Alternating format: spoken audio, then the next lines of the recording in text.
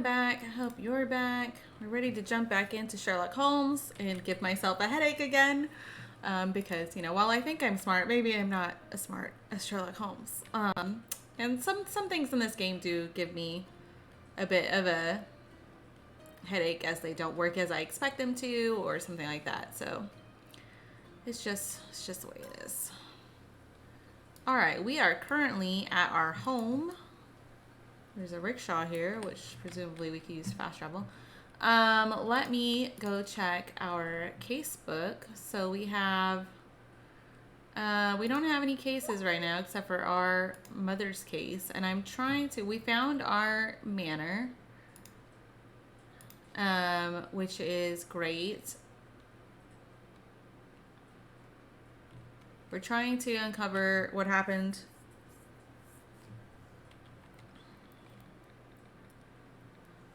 We're trying to uncover what happened to our mom. We suspect that she was killed, even though supposedly the story is that she died of consumption. And Mycroft, of course, Sherlock's brother, does not approve of his obsession with this and thinks that he should just let it go because she died a long time ago. In the memories we've seen so far, Sherlock was like 12 maybe when she died and left with Mycroft, because I don't remember exactly the age, but I think that's about right. So I don't really know what we're supposed to, what we need to do now. So let's go ahead and check out the map. We can kind of go wander around a bit and unlock some more things. We can go to this cathedral because I've never been there or never been in there. I don't know what's in there. So let's do that, and then we can go to the police station and see if anything new is happening at the police station. You know, maybe we can pick up another case. We want to go northeast, so this way. But yeah, last time I had trouble with the B case for some reason. I don't know why, but I just like beat my head on that one for no reason. Let's see. Doesn't look like we can go in there. Can I go in on the other side? I just want to know why it's marked. Maybe it's just a landmark, but doesn't look like we can go inside. I guess it's just a landmark with some pottery outside, which is more than a little strange. We do have a couple of merchants here, so we can check to see if there is any more. Oh, no, we bought everything that we can buy at present. So I think we have to progress in order to, we have to progress the story a little bit before we can buy anything else, is what I assume. So I'm going to see if anything's changed here. Otherwise, I'm going to have to start looking through our information on the Mother's Love stuff to see. Would you like to report a crime? No. And there's nothing new on the board. So let's see. We can't go in the Chief Inspector's office. So much work, so little time. Okay, so it looks like there's nothing for us here. So let's look at, we could go try and take on this bandit lair, which, listen, the combat in this game is not my favorite. I absolutely do not remember how to use my snuff box, and I don't know how to figure that out. I tried to check the controls last time. Let's see. Yeah. Oh, it's X. Okay. I didn't see it. I guess because I was in the middle of combat, I was looking quickly. So maybe we can try that and see if that's what we need to do. I don't know. I think we need to, though, look at a little more closely at our case book for our mother's death and see if we can progress the story. Let's go this way. I love the post boxes. They're so cute. I took a picture with one when I went to London because I think they're so cute for no reason, because I'm a nerd. I did go by 221B Baker Street while I was in London as well, which was only last month, little, yeah, last month, because it's June now. It was at the end of April. Okay, so this guy's just kicking a doorstop. We need to find our way in here, so it's gonna be on this side.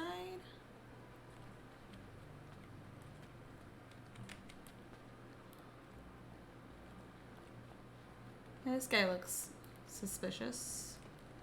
Oh, here we go. It's marked with the skull. That's not weird. Activate challenges for a higher reward multiplier. Oh, this is not. Arrest everyone. Okay, well, let's try it. We'll try it once before I get frustrated with the combat. The music is good.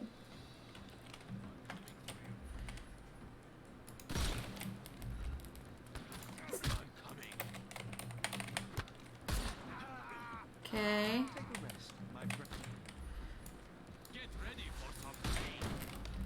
Oh, he was not close enough to that.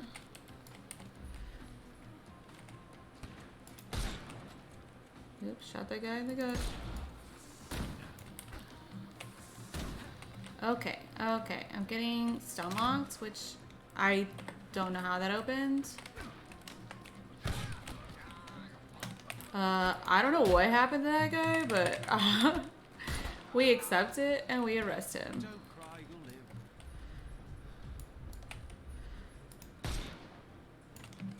Shot off his hat so we can arrest him. Ah, fuck. I fucked it up.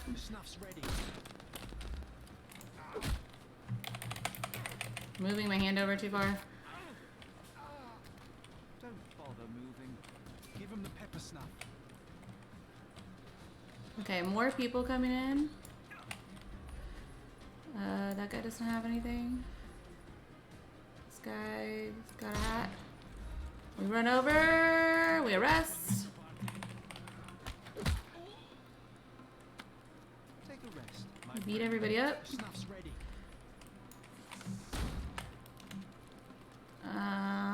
Oh, right. This. Nope, nope, nope. I don't appreciate that, sir. It won't work. Oh, I'm gonna die. I couldn't miss the party.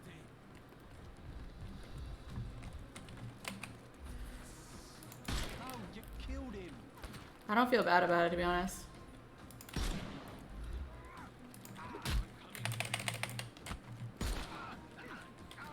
Don't bother moving. You've lost.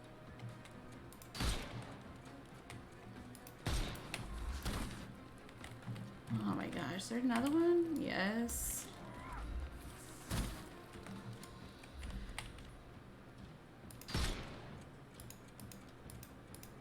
Reload. Just die. You can overcome the brute now. Fuck!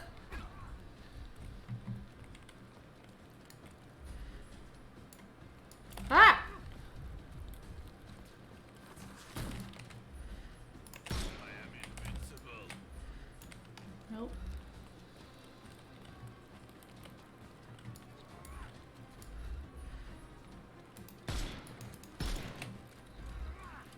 I couldn't miss the party. Take a rest, my friend. Give him the pepper snuff. Not that easy. Oh, really? Son of a bitch. I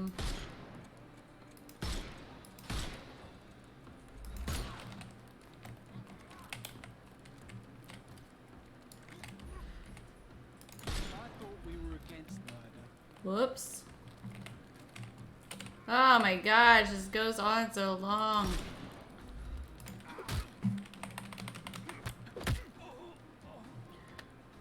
No more crime for you until next month. I mean, honestly, it's just easier to kill these guys.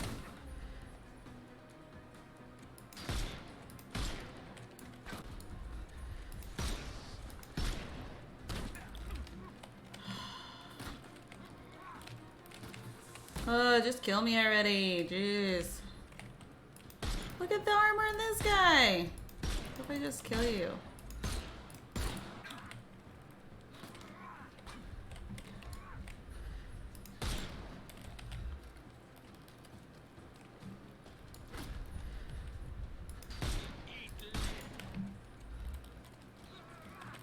Well, killed that guy too. I didn't mean to.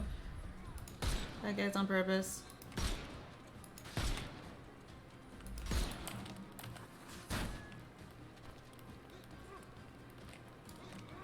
I thought we were against.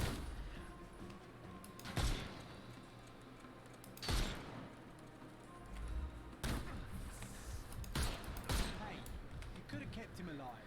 I couldn't have. I'm so frustrated. I got an achievement for killing so many guys. Gentle threat. Yeah, whatever. Okay, I did that. That's not gonna have progressed our story at all. John's gonna be upset with us because we killed so many people, so... I just helped a woman deliver her baby, a little girl. When I returned, Sherlock was exactly... Oh, that's the same for before. It's not the most well-behaved man, to be sure, but murder? That's crossing the line. It's just not right. Listen, John. We got problems. Okay, let's look at this. Let's look at this notes again. These notes. That's not helpful. That's from the hotel. Late evening, blah, blah, blah, blah, blah. Visit my mother's grave. We did that. Cemetery and Miner's End, which we did. We went to the cemetery. We remembered her funeral. We got a pocket watch that was my mom's from Vogel.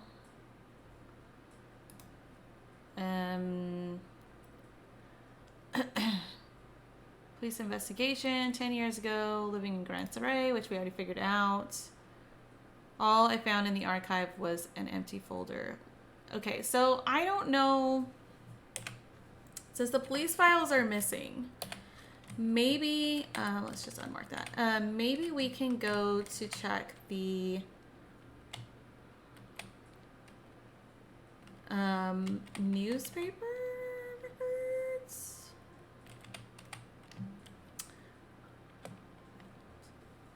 See if we learned something at the newspaper.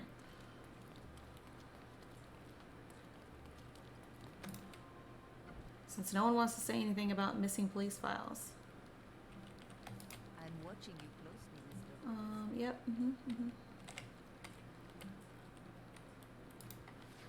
Okay, so 1869.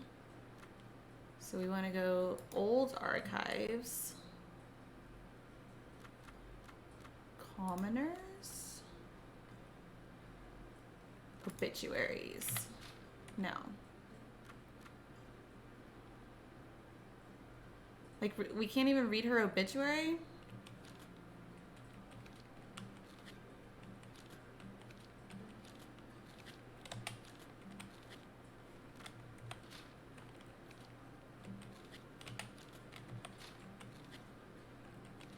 Okay, well, it's not her obituary that we're supposed to find. Nothing? Really? Okay, what if we select... No.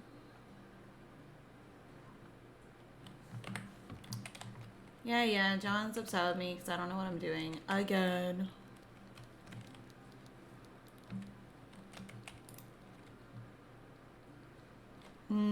Maybe I can talk to you, if I don't figure it out in a second, I'll look it up. Maybe I can talk to you like with the evidence selected, because sometimes this you have to have the correct evidence selected in order to get them to say anything about it. But I want to say I already tried that last time, and I don't think it did anything. Ignore that. So much work, so little time. No. Can't access that.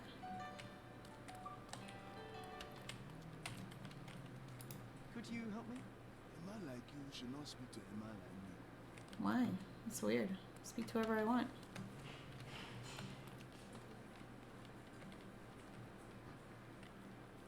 We know the police files are missing, so they're not gonna be in here. We could just go in the jail. What? It's weird. Nothing I can access in here, but still weird. Later, I'm assuming we're gonna be interrogating someone. This area is restricted.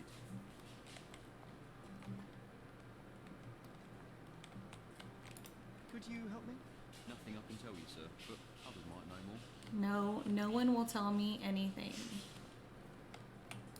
Could you help me? A solid question, sir, but I don't have the answer. You obviously haven't thought this all through. Or are you just annoying these people on purpose?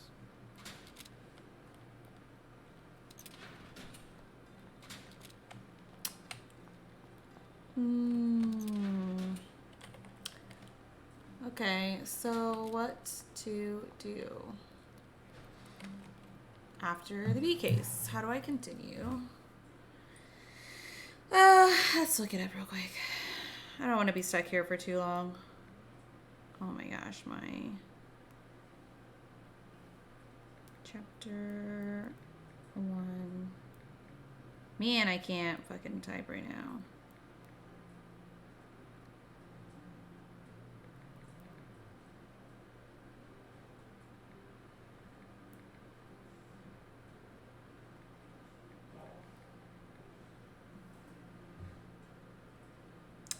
That's not what I want.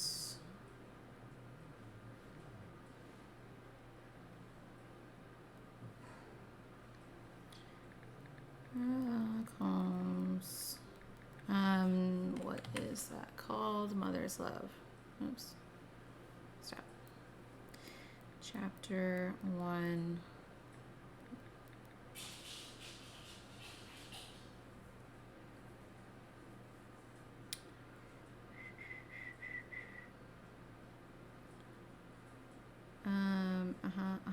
We did that.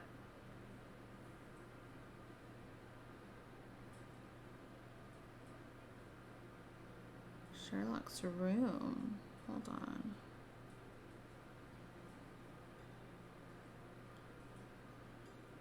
Found Stonewood.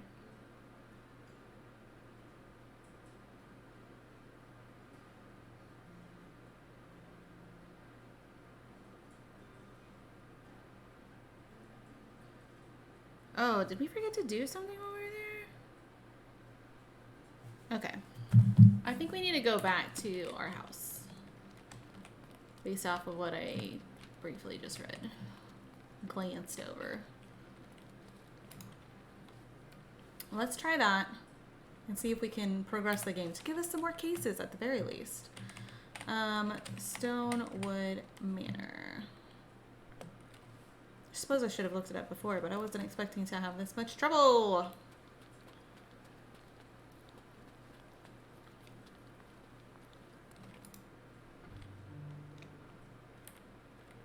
Yep, didn't interact with everything. First things I saw when entering this house as a child. It's like deja vu. Another memory incoming, Sherry. I literally missed one Strange, thing. I struggle to recall anything about the day we moved in. The only detail I'm sure of is that it was raining early that morning.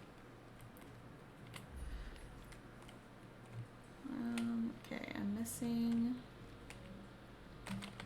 interacting with something that we can interact with. So let's wander about.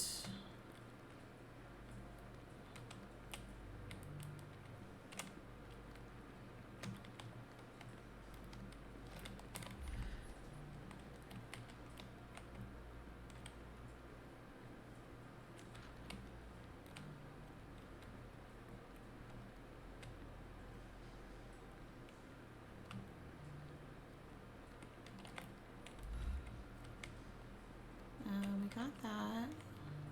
Yes, that's everything down here. Oh, hey. I think our family portrait used to hang here.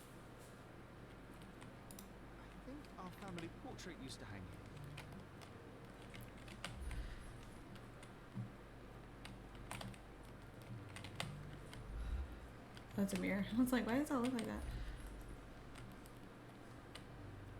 Hey John, you're so bright. I heard footsteps upstairs a second ago. Wait, almost as good as mine. I interacted with that.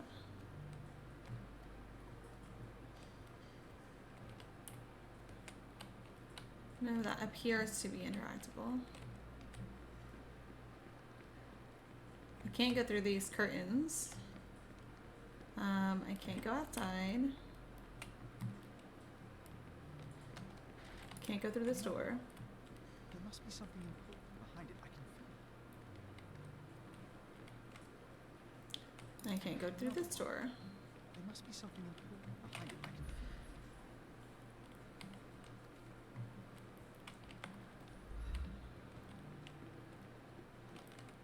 it. I mean, what else do I have to interact with? Yeah, I already interacted with that.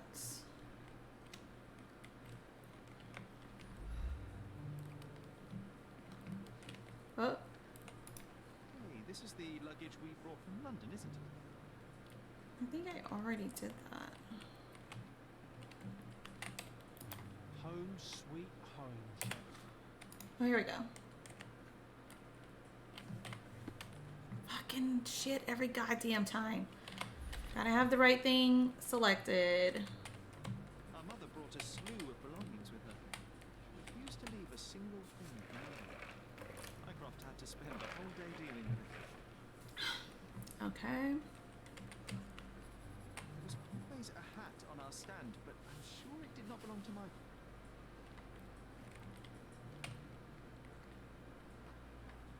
This trip was a challenge for our mother. I tried to help her. Do you feel it? Is it the air shimmering, or is it my imagination? Well, here we go.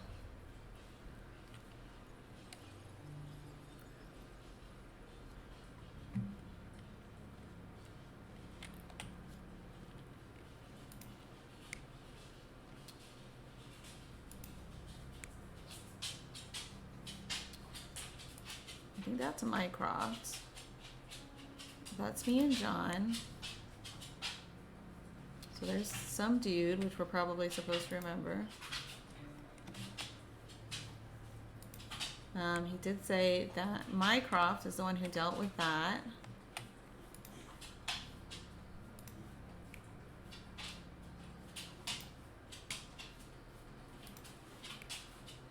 It's gotta be that one, because he said they helped him. Nailed it. First try.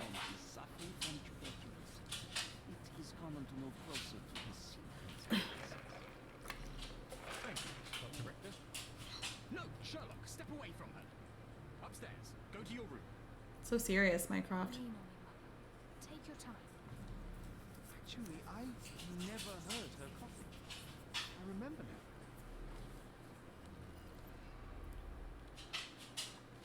All right, arriving at Cordona. We arrived in the early morning of a rainy day. Sherry's, that's still so funny to me. Sherry's mother was weak and unsteady, so we tried to help her. Mycroft was very serious while dealing with luggage. When he saw Sherlock trying to help his mother up, he commanded him to go upstairs to our room. The last person to arrive was the doctor, Otto Richter, who said that the neighbors will believe that Violet has tuberculosis. Sherry just realized that he never heard her coughing. So that means she didn't have tuberculosis, because tuberculosis is an illness of the lungs. Ooh, we unlocked a door? I feel dizzy.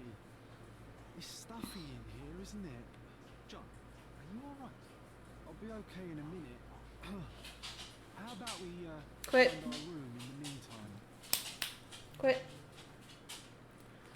All right. Okay. Oh, we got so much new things, so many new things. Okay. I spent my childhood in Stonewood Manor, and I'm starting to remember flashes of my time here. The house is now abandoned, but restoring the rooms to how they were may bring the memories back to life. My mind palace seems to have seeped into the real world and is preventing access to some rooms. I think I'll be able to get inside if I can remember more. John proposed that we find our bedroom. I think it was somewhere upstairs. And then, that's going to be the memory we already read. So we're gonna connect those things. Mycroft lied. Mycroft hid the truth about the death of our mother and lied when he told me she had died of tuberculosis.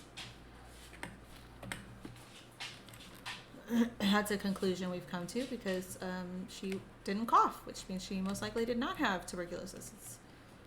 And this door is no longer like weirdly grayed out. It's like traveling 10 years into the past with a single step. Look at the Big Bang. Oh, it's like a little. Oh, it's a little tiny hot air balloon.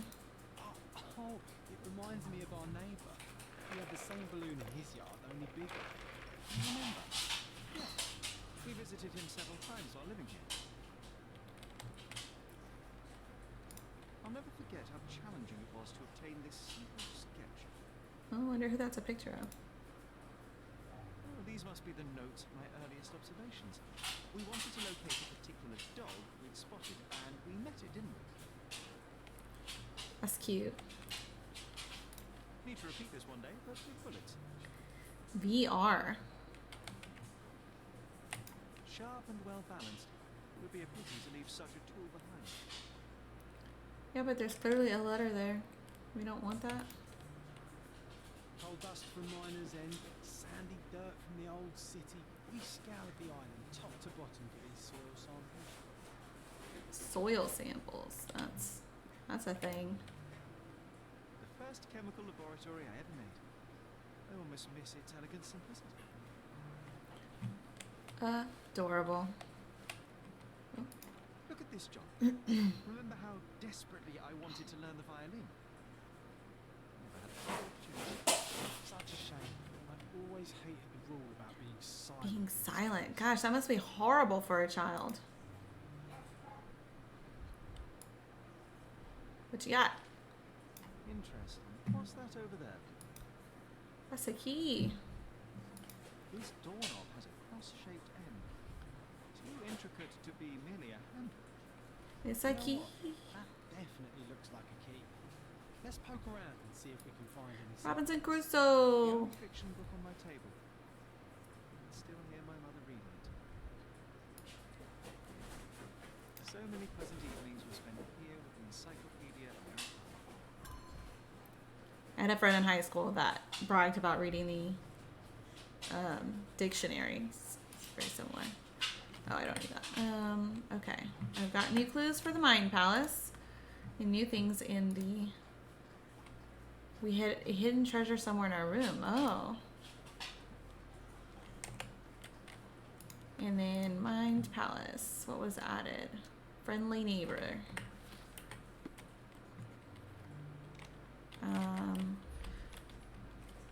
In this box. Nah, doesn't fit here. It's not for that.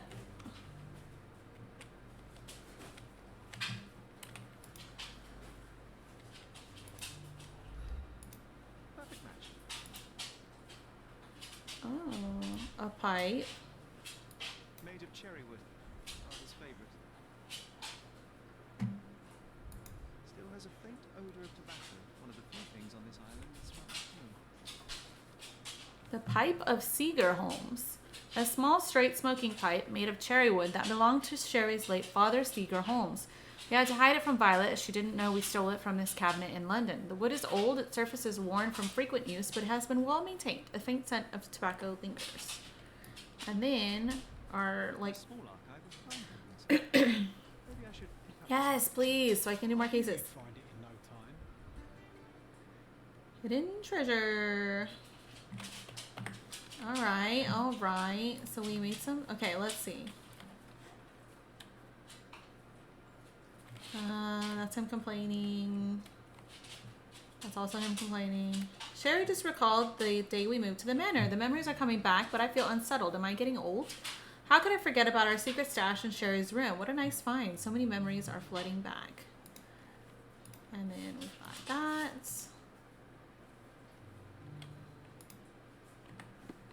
Cool. sharp and well balanced. Oh, I really want to know what that letter is. We did get another thing for the Mind Palace. No, we didn't. Leave such a tool behind. I think we're supposed to make a connection, though.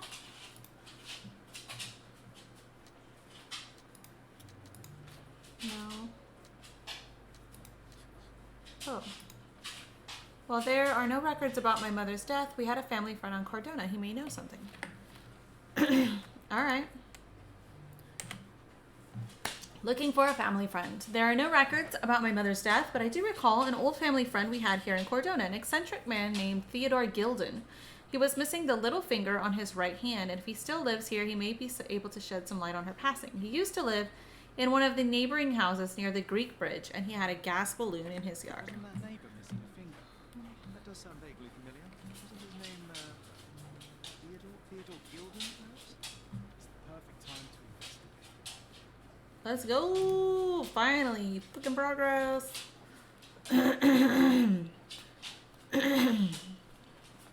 My throat's a little squeegee. Alright, we're looking for a hot air balloon in the yard.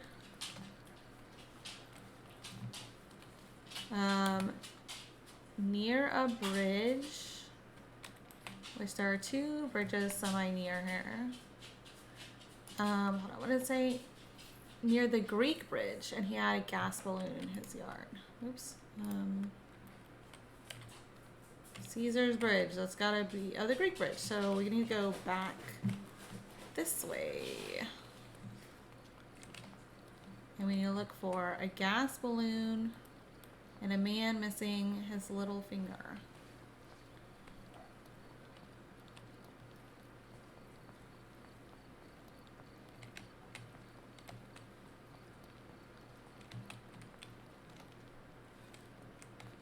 Let's see. This is open. That wretch Oh. Goliath would murder us all. Mark my words.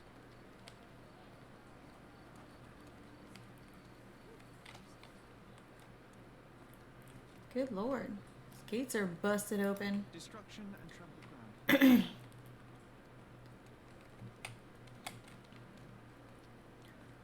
Destruction and trampled ground.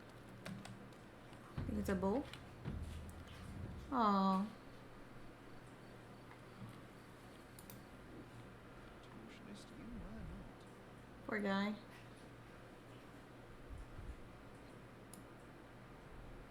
Disjointed vertebrae. Difficult to say if it was a way to start or finish him off.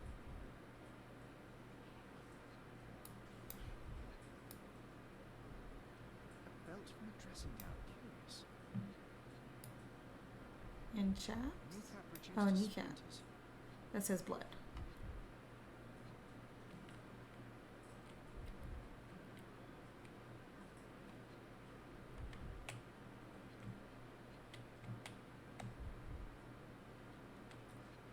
Oh.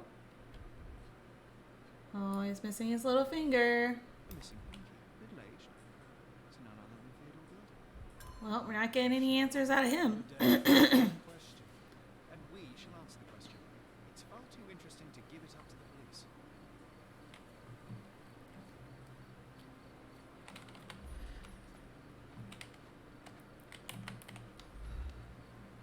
A lot of toys in your yard, man. An amount of attention that most can only dream of. Can we go in your house? No. Looks like we will be able to, but not yet.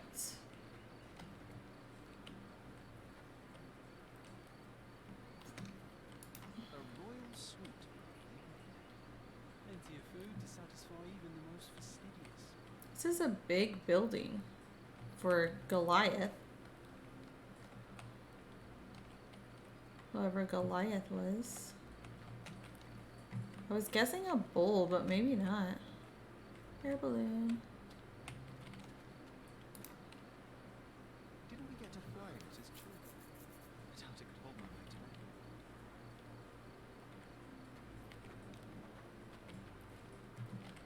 today. Okay, let's check.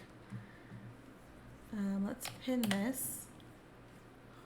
I visited the house of an old family friend and discovered evidence of recent mayhem. The gate was broken from the inside. Body of a man was found in the enclosed pen of a large animal. His right hand is missing its little finger. It is Theodore Gilded. The man suffered so many lethal injuries and fractures that the exact cause of death is difficult to determine. His legs are mangled and bloody. A dressing gown belt was found on the body. And now we have a new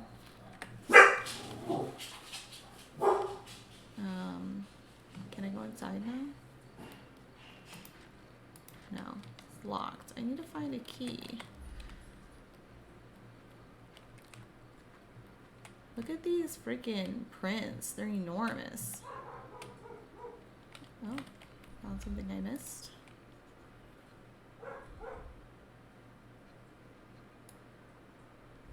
A strong pull broke this leash. Oops. Adult elephant.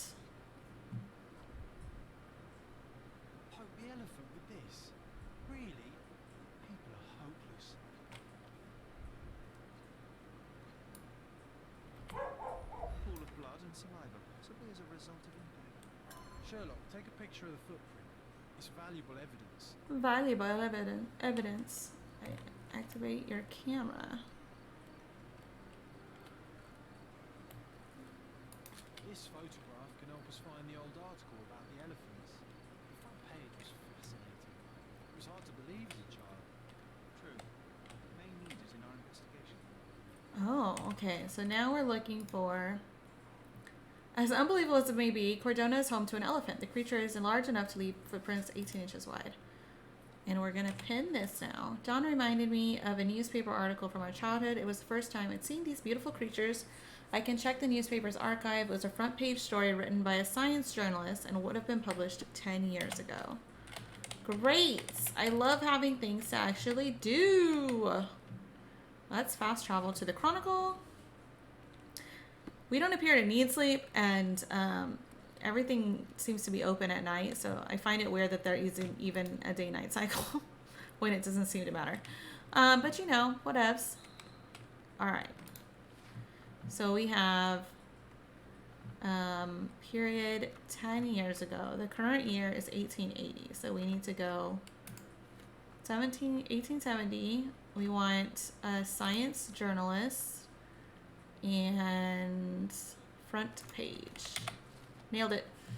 The Lord of All Beasts. The Lord of All Beasts, written by Dr. Ian Menzies. Only a lucky few can claim to have beheld this planet's strangest and most wonderful fellow, the elephant. Said to be land's largest animal, this colossal yet friendly creature enchants all with its size, intelligence, and communication. Elephants are mammals, just like humans, and originate in Asia and Africa. Despite feet that reach 18 to 25 inches in adult males, the elephant is surprisingly agile and, in concert with its prehensile trunk, can perform feats of remarkable dexterity. Elephants form strong emotional bonds with their loved ones. Some scientists have even reported witnessing signs of grief or happiness. Perhaps the question is not how much elephants resemble us, but how much we resemble them. So if adult elephants reach 18 to 25, this is actually a smaller adult elephant, or he's not quite fully grown. That's my theory That's there. the article. Feeling old already? Okay, so we have a new document, which is the one we read. And in his diary, let's see. Yep. Sherry found the file so quickly that I couldn't investigate an odd sound I heard. It was probably a banshee, but now we'll never know. I love these smaller moments where something from the past makes the case resonate and brings us closer together. Okay, we have some things for let's connect these things. He definitely got killed by his elephant. And then in our casebook, we have completed this. So we probably need this. And then now maybe we go report it to the police.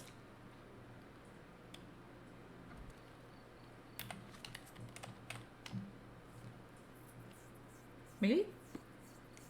I mean, a man is dead, so I mean, it is still a crime. I don't know. I should have checked to see if there were like footprints we could follow. Would you like to report a crime? Apparently, we're not going to report a crime. So let's go back down. Did we find everything? I don't know. Let's go back down to his yard.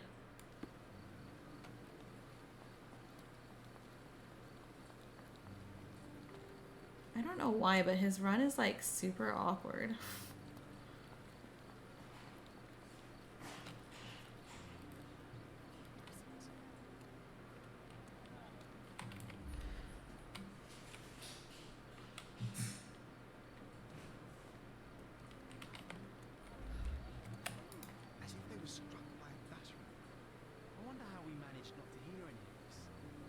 I mean, right? We were literally right next door. Let's follow. Is there like a destruction path we can follow? Did it go down here? What's down here? I'm curious now.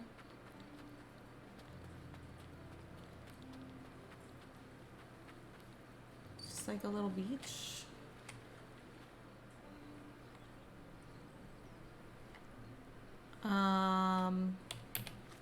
What? I don't know what just happened. We just teleported. I'm gonna go back over there. Apparently we can't swim in the deep water. Noted.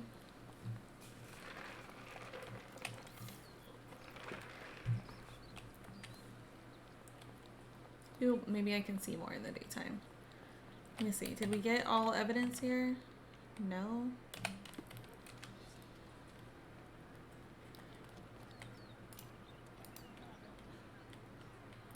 Excuse me, just one question. Excuse me? What? I'm not sure I know. Ugh.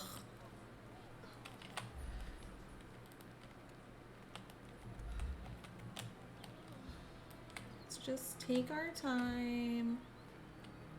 Make sure we've looked at everything. I already looked at that.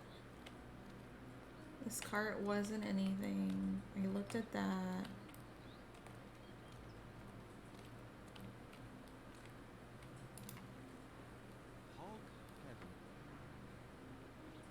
Okay, hadn't looked at that. Or this. Oh. A coal gas tank. Enough to pump up an airship. And, oh, a knife. A sailor's knife useful for cutting wet and thick types. It's seen a lot of use. The blade is worn from grinding. Okay.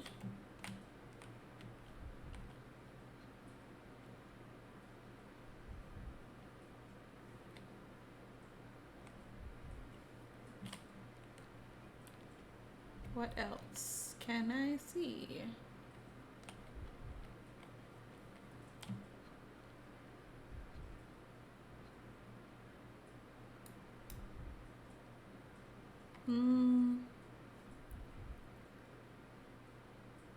It's not this blue tag. Do I have to move? No, I can't reach the ends of the hose with my limited vision here. It's not the blue tag.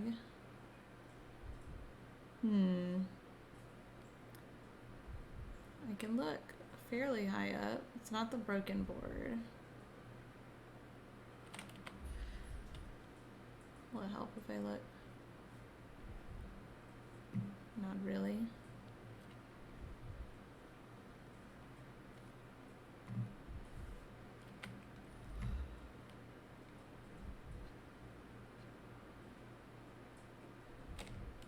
I'm all the way to the right. I'm not seeing anything. All the way to the left. It's like slowly, methodically look for it to turn yellow.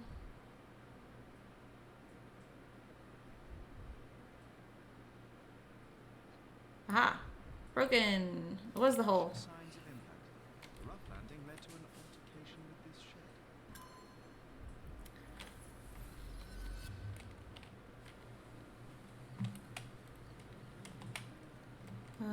Okay. So let's see, we have added, beside the shed containing the coal gas tank, someone fell and broke a flower pot. In the process, they dropped a bosun's knife commonly used among sailors.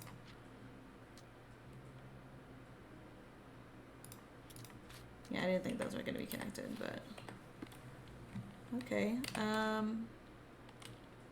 It doesn't look like we've collected everything still. Oh wait, that's because we can now do a memory. I mean, not memory. Do the crime scene. We can reimagine the crime. All right, so this way we have That's not where he lost his knife. That looks right. They were antagonizing the elephant.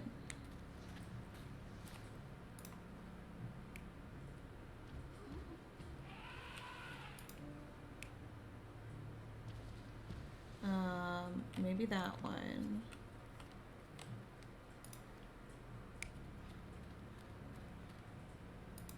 Is it like a mannequin? That's weird. That's the elephant.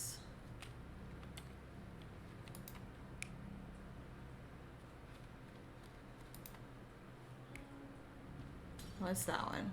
It's that one for sure. Is that all of them? That's all of it. Oops. Oh, I went too far. My bad. I didn't know that was a thing. Okay, not that one. Looks like that one. And I think it was this one.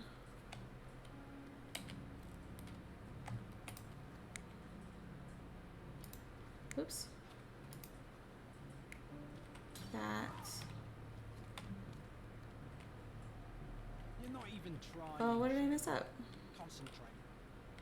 This one maybe?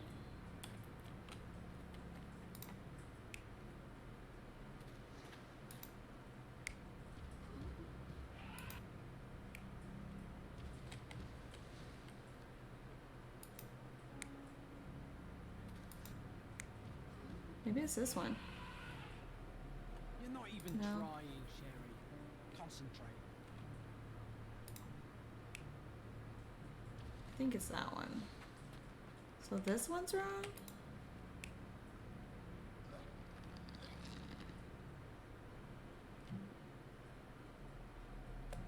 There we go. In a fit of rage, the elephant broke the chain and threw its victim on the ground with fierce power. Escaping the scene, it moved with it for a trot. At least some of this was witnessed by a third party who was hurled against the shed. The elephant can't have gone too far, we can still track it. Well, suppose you find it. Then what? Push it all the way back to the manor? Snarky. Okay, all evidence collected. Love it. Alright, we got more stuff for here, so. Was a witness, they dropped their knife. Okay, so let's see. Let's see if we can follow the trail.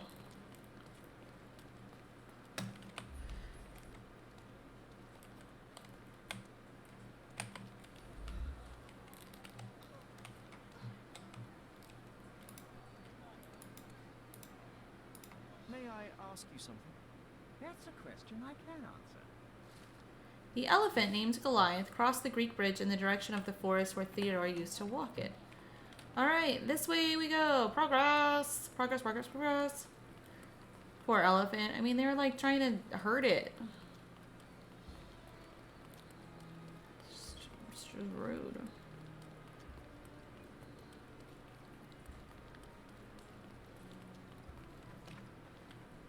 Towards the forest.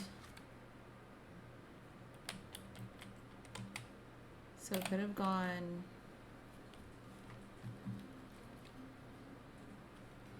this way? May I ask you something? I don't think I'm rich enough to talk to you, sir. I don't understand what rich has to do with anything. Well, there's boats down here. Oh, okay. Leaping off stuff. Okay, so not probably down here. Toward the forest. I don't...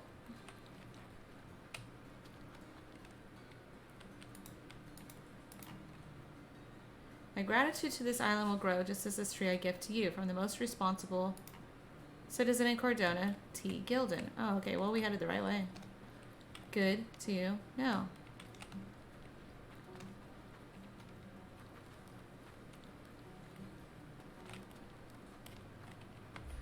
Oh. Broken tree. Oh god, it was John. Recently broken. Elephant ran past it. Hear me out. Look, there's his An footprint. elephant falls in the forest and there's no one around to... John, no. Oh, you're such a killjoy. I mean, it's just like, why? Elephant's just a wild animal. You think it went up? Like this way or the other way? Oh, this is a creek.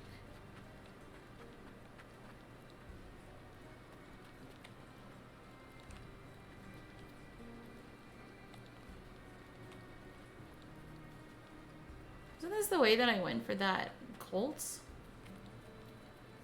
Yep. This is where the Colt murder happened. Well, the goat murder.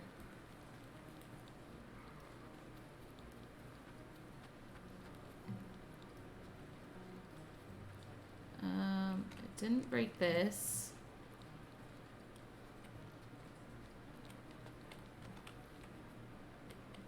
It's rubble. I thought it was something else.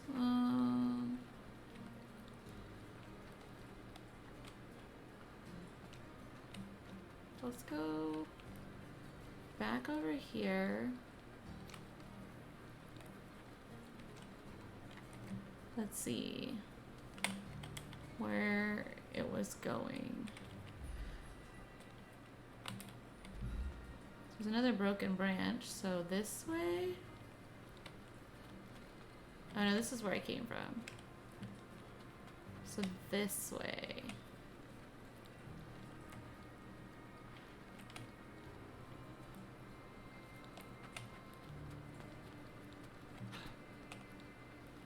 Calm down, Sherlock. Oh, I just went in a circle.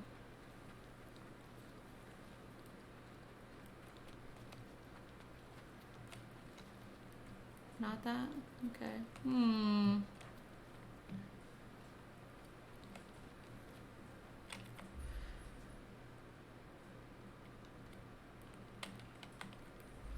Oh, it's John. The red startled me. Okay.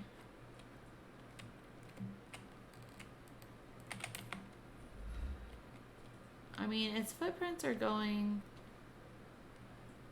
Did I check this way? I don't think that I did. I don't feel like it would have come this way, though. No, that's back towards the city. That's not gonna be it. Which means that it went this way. And I am just not seeing it. I'm missing a clue on the way, probably.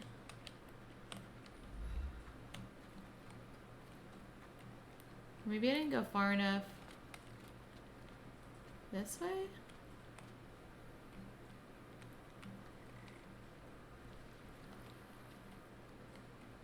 Dressing gown.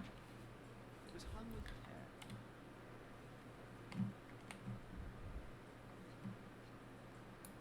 Letter in the pocket.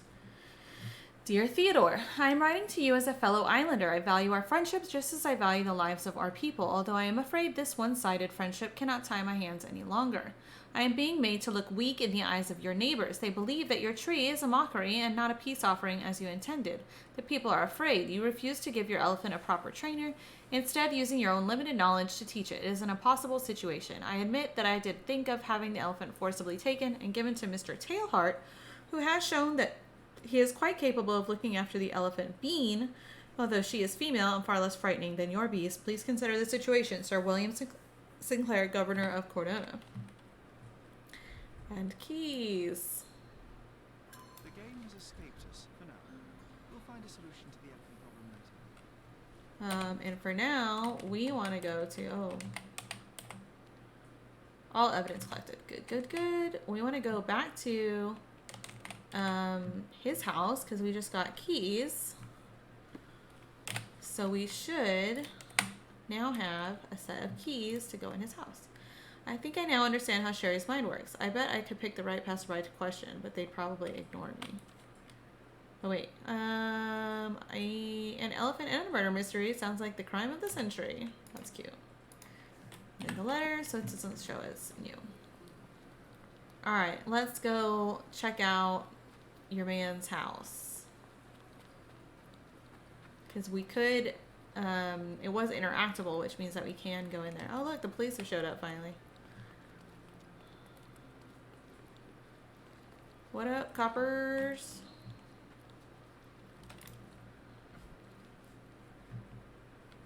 Okay, Gilded Manor. What a strange... It's beautiful, though.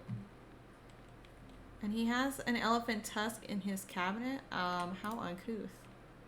I can always recognize the spirit of a true artist.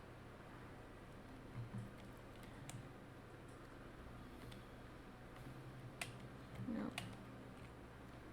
Oh, I guess we could leave. We could have come in the front way. This young lady has a childish interest for her age. Yeah, my cousin's like that. She still loves baby dolls even though she's my age. But she has a genetic disorder, so she is missing a chromosome, which I can't remember what the name of her disorder is, but she's lovely otherwise. Even with the baby doll thing, she takes care of them, so at least it's a nice sentiment. Theodore Gilded was... Did you kill him? Did you kill the elephant? It's not in the yard. It escaped from the forest. I can't let it go. What if it returns? I highly doubt that, miss. Imogen Gilded. Oh, his daughter. Please. Ugh, creepy porcelain dolls. Find that dreadful beast that killed my father. I suppose we do need to learn what happened. Can you tell me what happened? From the very start. I was here, so I didn't see how it began. My father visits the enclosure every morning to wake up Goliath. Today, I heard the elephant scream. I've never heard such a horrifying sound. My heart stopped. I knew something was wrong. I looked through my window and saw how it lifted my father up by his neck. I rushed downstairs. I saw it dragging my father as if he were a doll. I threw stones at it. It dropped my father's body and charged outside, screaming. Its roar was almost human. I was frightened, so I ran inside and hid here. It is a terrifying experience, Miss Gilded. I'm sorry you had to go through it. Thank you. Goliath must be caught, Mr. Holmes. Well, thank you for the information, Miss Gilded. I did have some questions for your father. Perhaps you might help me with them? I wasn't privy to much of my father's life, and it's very hard to think of anything at all with Goliath still loose. No focus. Mr. Holmes. Very well. Do you mind if I ask you more questions if I find anything that might help? Anything to catch that monster. Okay.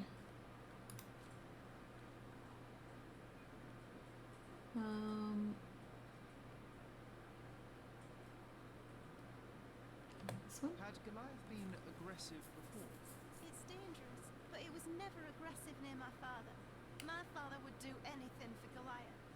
All the Aww. elephant had to do was clap its ears. You envied him, the elephant, I mean. Our house is called the House of Ivory. I've heard some people refer to me as the Ivory Girl, and my room stinks of the animal, as if it's me who lives in a pen and not Goliath. It's not envy, Mr. Holmes. It's just incredibly difficult to live like this. Oh. She considers him dangerous, but he'd never been aggressive with Theodore before. Okay. Let's see if she knows Did you anything observe about this anyone else? observer. Any of your servants, perhaps? Servants? Do you imagine that we would have any with Goliath? No one wishes to work in this house, even for double pay. I didn't see anyone else. Only my father and that diabolical beast. Miss Gilded, I was on this island 10 years ago, and your father knew my mother.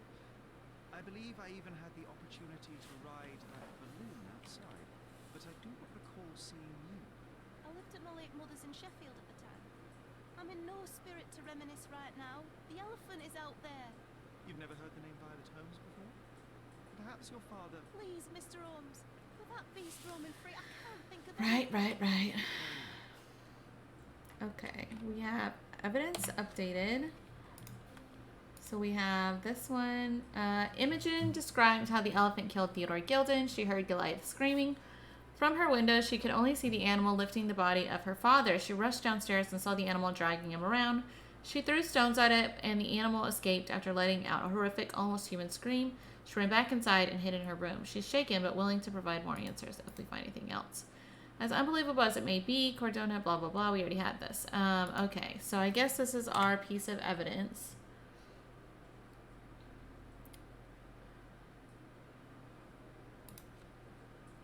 Where did the... I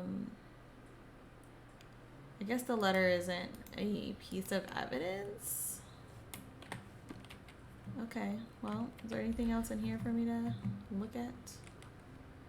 British lady hates pigtails. Friendly.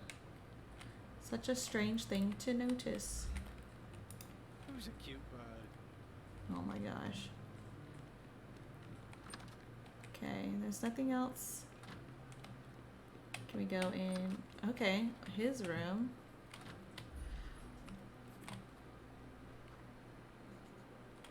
The nicest spot in the room. Mr. Gilded spent hours of his life right here. Staring at an elephant's backside. What a wonderful life. An awful lot of things made with ivory in here for a man who loved elephants so much. Just saying, I don't buy it. 1877. I think they were closer than you and me, John. I'm hurt. Fake pinky. Relatively functional choice to replace the finger. Oh, pungent stench of an animal. Why would you want that? Pink elephants with this. 1849. Oh, I saw her. Miss Gilded has barely matured.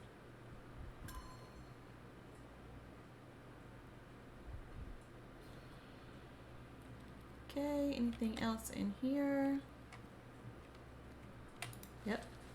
Elephant's Man, Cordona Chronicle, 1875. A local wealthy resident, Theodore Gilded, 55, has purchased an Indian elephant from a traveling circus, so it's already a tamed elephant. They act like he got a not tamed elephant first, but still. Mr. Gilded commented, "It is a wonderful opportunity. There is no one on this island better suited to provide such a comfortable home for this elephant. It is a paradise for a noble creature. No longer will this animal be locked in a tent with clowns. He will be my companion from now on, my second child, and I will protect him. Don't be jealous, people of Cordona. I am your best citizen. Only time will tell if this is a midsummer madness or not. The neighboring elite of Cordona are shocked to read the news and furthermore to hear the terrible trumpetings of the beast, but they are having to accept the eccentricity of one of Cordona's most powerful. Now we can all say that the richest of our island have troubles to bear too, the same as the rest of His us." second child, and a pair of son and heir, I'd say. Anything on the desk? Yes. The ivory baths. What's so special about this place? Another elephant? A partnership annulled with a single stroke. Oh, were they gonna like mate the elephants and then he decided not to? I thought I saw another. A catchy title. I should take a photograph of the plans. I don't want to carry them around. How did we do that? Nope.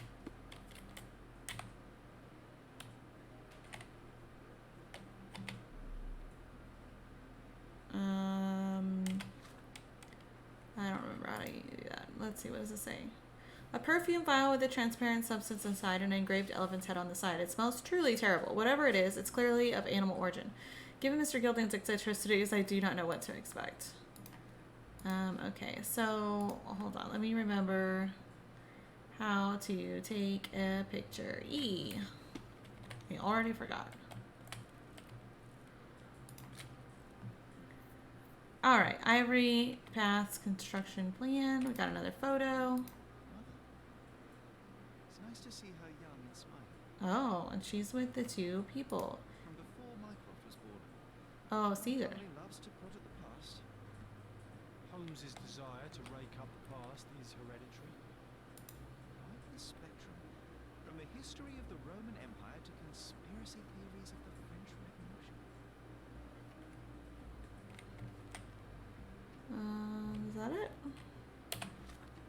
Nope, we have not found everything in here.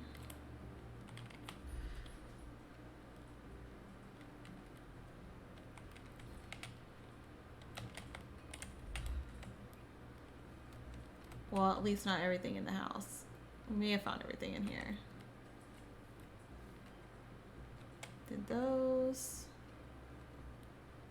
2 pictures. We did the desk. Is the globe something? No.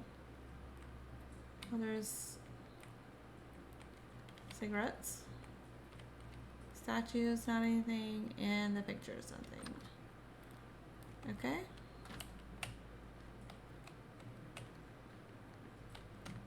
What about these pictures? Are they anything? No.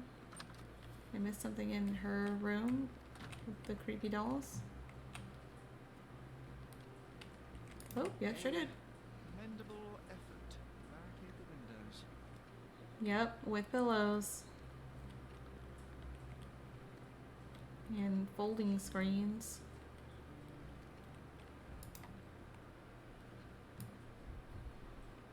She packed as much as she could carry.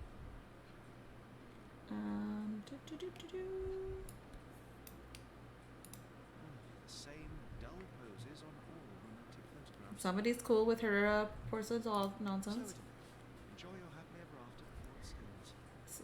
I was gonna read the back of it. Maybe it'll be in our casebook.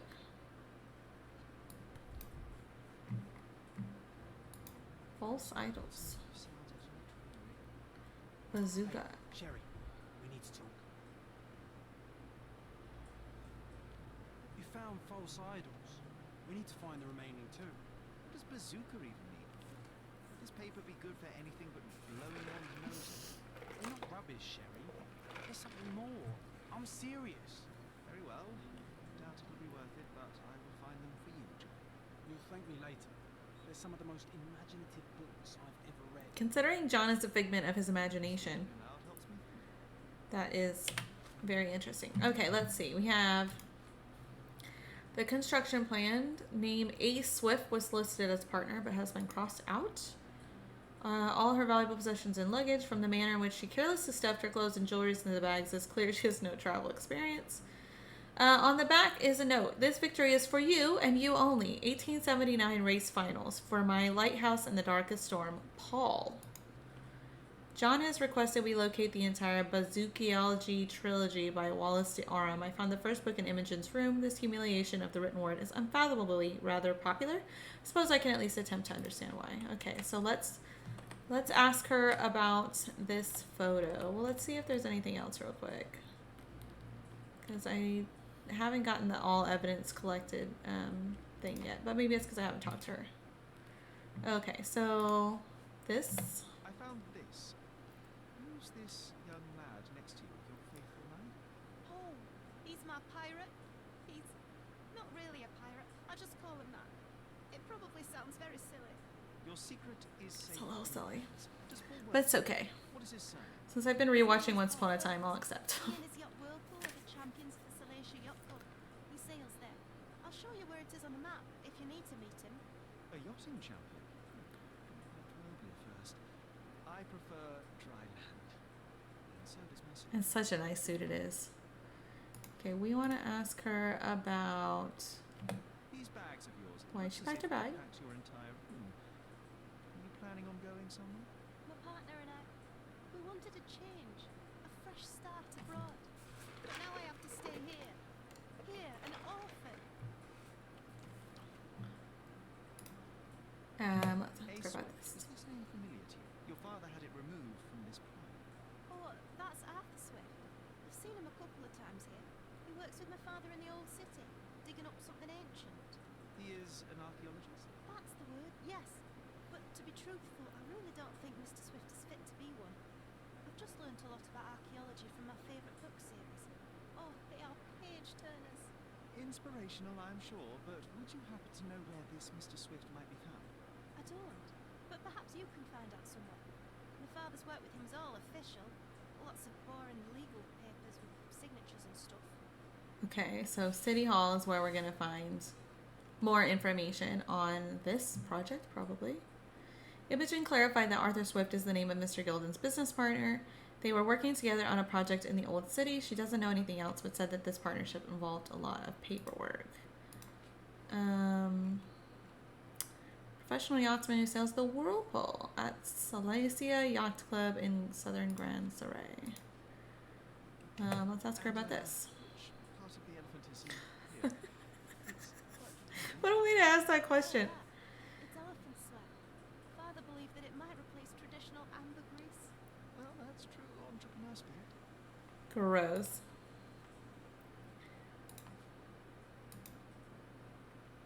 Can I ask her about this? Read something like this. It's hard to swallow, and that's not due to the hard cover. You're hardly serious. Any library without Nabe and Laura is incomplete. If you can read, then these books are an absolute must. Love and adventure. They're about life. Oh, so I sweet. wasn't aware that exploding pyramids were part of the life. You haven't seen life, so you might try reading about it at least. Exploding pyramids. Okay. These were updated. We can go find this at City Hall, I believe. We've got update on this document, the picture, and we've got some things. So let's see. I don't think we can connect any of those. So we have collected all evidence. Let's go professionals. Okay, let's go to City Hall first. Oh, we've got new furniture at the furniture trader. City Hall is here. I saw the notification and I immediately forgot what I was doing. City Hall, I believe, is this building? We are gonna look for information about the ivory mask. Was it this side? No, no, it's this side. No, no. You buy. Okay. All right, we have project in the old city districts, old city. We want legal documents, businesses. Here we go. Registration of Gilded and Swift Limited. Notice of registration. By authority of the government of Cordona, this deed registers the creation of Gilded and Swift Limited on the 21st day of June, 1877. Theodore Gilded is the sole proprietor and founder of the above enterprise and shall provide finances and the land known as the Roman outskirts. Arthur Swift is a founding partner and shall provide finances and his services as archaeologist. The primary purpose of the enterprise is to perform archaeological research in the ruins located at the intersection of Bazaar Road and Arnott Street beyond the fortification walls in Old City, Cordona. The sole proprietor, undersigned, hereby agrees to fund archaeological research in exchange for ownership of any uncovered items of historical value. The founding partner, undersigned, hereby waives all finder's rights and ownership of items uncovered in the archaeological dig in exchange for the exclusive right to publication of all academic findings thereof. Signed, Mr. Theodore Gilded and Mr. Arthur Swift. With your love for archives, you would have made the perfect bureaucrat. All right, so we have found a location to go to. We have another location to go to.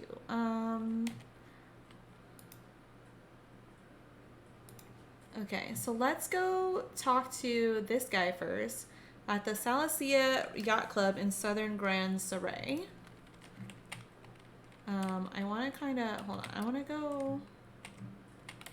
Oh, you know what? Never mind. Let's go to the one that's down here because I have.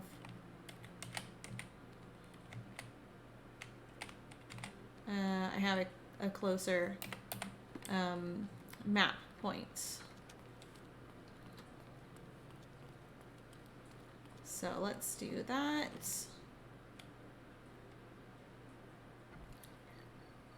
We go out here. Southern Grand Saray.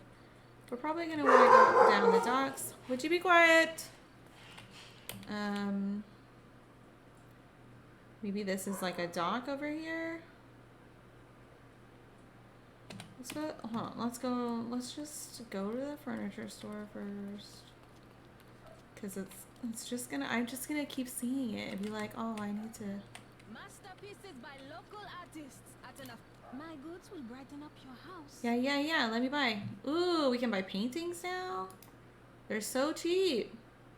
Oh, that's a portrait of our family. Look how adorable. Map of London.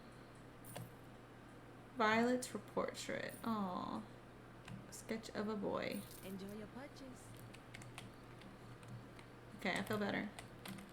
Right. I was gonna go down.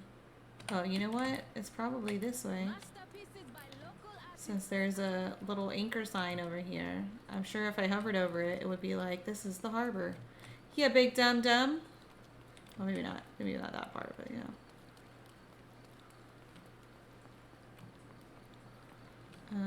That's... wonder if I can fall off the pier.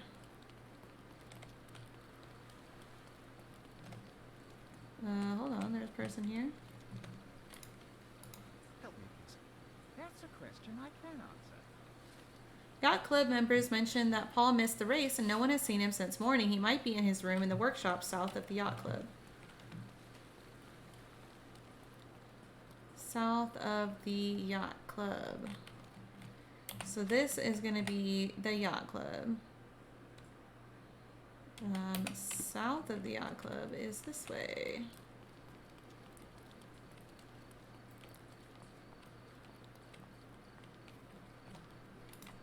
In we go. Boat workshop.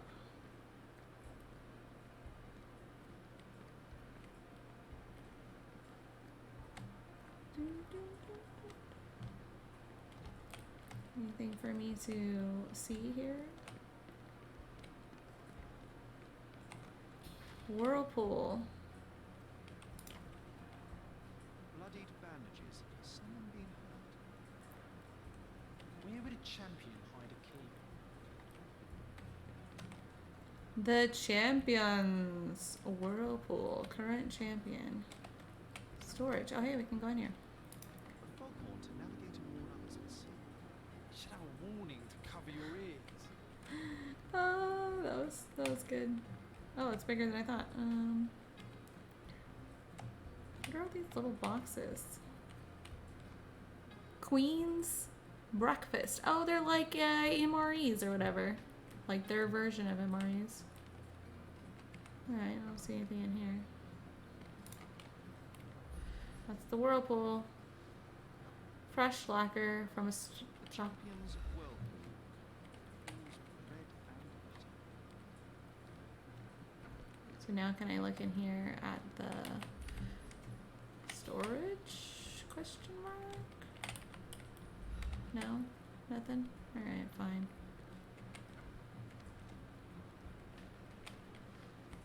Oh, we're gonna have a fight in here. There's a bag of flour for no reason. And a fire extinguisher. Ooh, we gonna be fighting. Probably gonna have to do it multiple times because I suck at it. Okay, let's see. What do I have here?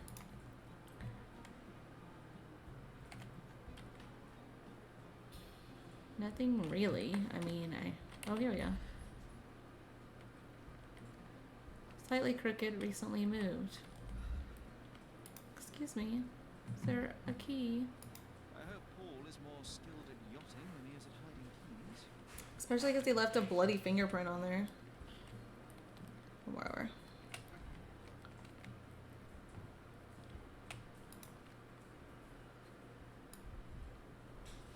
To earn big, you have to spend big. Too expensive? Question mark?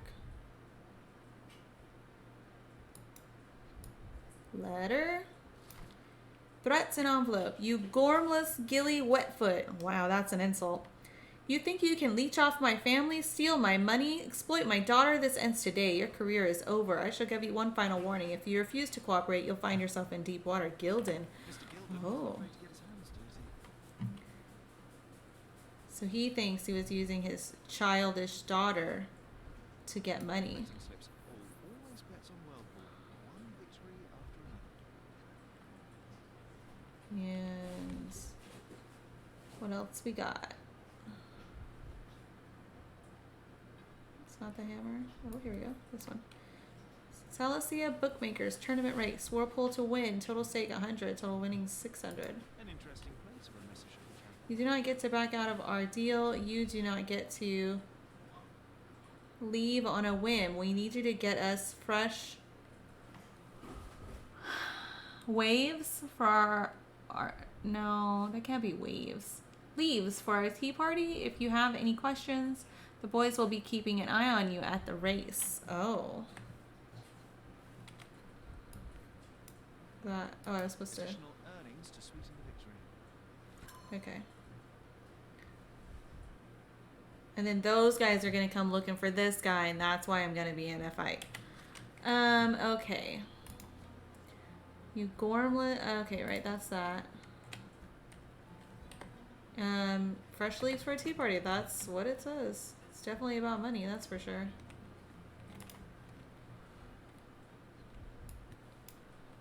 What are those? Trank darts? Box full of darts. Each has a needle and can be Correct. Shipbuilding, shipwrights tricks, sail weaving. Boring sailor books. I mean, I guess they're not boring to a sailor, but An expensive set of tools for woodwork. An amateur would be in his business. okay, we're learning.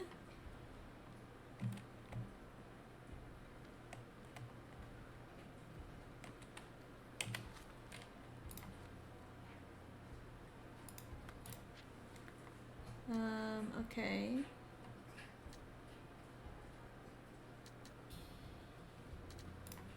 This one? No. Alright.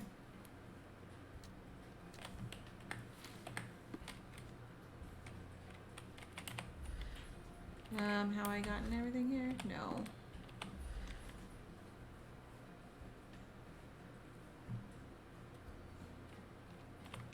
I'm not seeing anything to interact with. Anything else, I should say. Too ordinary a room for a champion. There's no incentive to put in any effort. Got that. I guess it's time to go out again.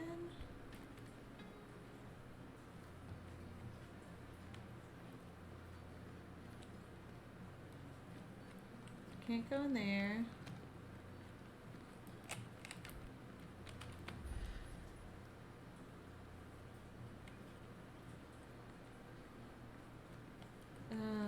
Oh, here we go. Tea caddy, not smeared. Undeniably psychotropes. Not a toothache. Drugs. Undeniably psychotropes. Not a toothache, I think. A typical tea tin. I wonder what he has for biscuits. Well, they're not MREs, they're tea tins. Okay, so I found psychotropics smuggled in a tea caddy hidden inside the workshop storage room. Storage room held evidence that Paul is involved in organized crime, smuggling psychotropics in the yacht, on the yacht. Okay, we still haven't found all of the things we need to find. I can't analyze, it looks like. I can't chemically analyze the psychotropics. Oi, Here we go. hands off my possessions before you lose your fingers. Are you illiterate? The rules are written everywhere. Wow. Mr. Perks, the cabin boy himself. Champion. That's right. You are illiterate. I think a couple of shinies might. Wow. Right away gonna find somebody. Who are you? I'm Sherlock Holmes, a friend of our mutual acquaintance, Miss Imogen. Look, you artichoke. Imogen has no friends. Rude. Except for me. If you must try to insult people, it's better to know the meanings of the words that you're using. You fancy you could teach a sailor to swear? Go ahead.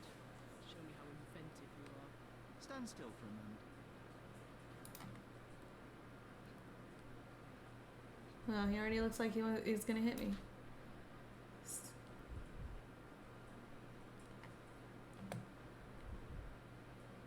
Oh. Not even bandaged arm.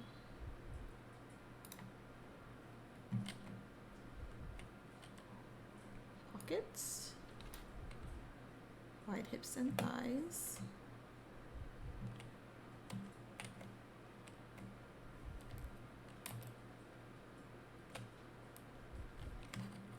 Oh, here we go. Little fireflies on the elbow. Swollen elbow. Okay, so Paul Perks is a woman who disguises herself as a man to achieve higher social position. She uses the privileges of men to pursue her personal goals, puts all of her effort into sport, even though it comes with the occasional accident on the open sea, bruises and an injured arm are badges of honor in this dangerous sport. She is a fearless yachtswoman and will not give it up, even when it costs her, and yet that is a man's prerogative. I see no reason to disclose otherwise. But this is it. Paul Perks is a woman who disguises herself as a man to achieve a higher social position. Same thing. She uses her career in yachting as cover to smuggle goods for various gangs on Cordona. Her injured arm reflects the dangerous nature of her life. Despite her fearless exterior, she is frequently in trouble due to her connections with the criminal underworld, and yet she has earned a place in the world as Paul. I see no reason to disclose to anyone otherwise. That's the one. So, a woman wishes to become a real criminal, and smuggling is a stepping stone towards that? Is there not enough prestige in yachting? Or is it easier to compete with other fools like yourself? Burn. Everyone has a starting pistol, just shoot and run. Don't say a word. I don't know where you're getting half of this nonsense, but you're on some thin ice here that I'm willing to crack. I'm sick of... Who's this peacock? Does he know who I am? I definitely know who you are not. You're not a dictionary reader, at least. I wanted to see how you... pals interact with each other in your natural habitat.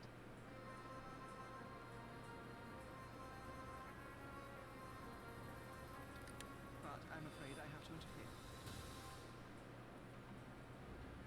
Well, where's it gonna put me? Okay, right outside the storage room.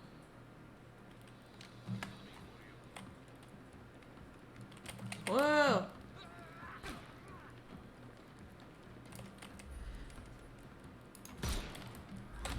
Oh, come on. How'd that not hit him? That's some bullshit.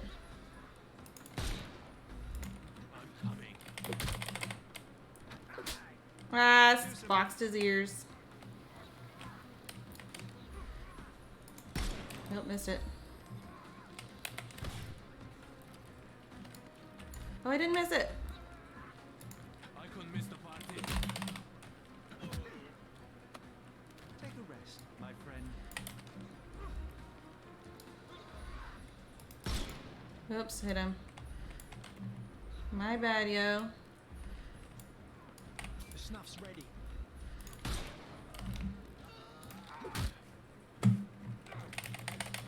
Barely made it. Ow! Don't give him the pepper snuff. It's all yours now. Go for it.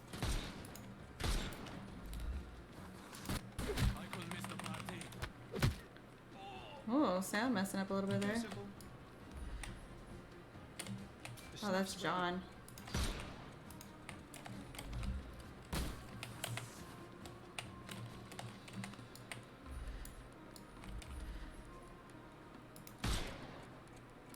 Can overcome the brute now.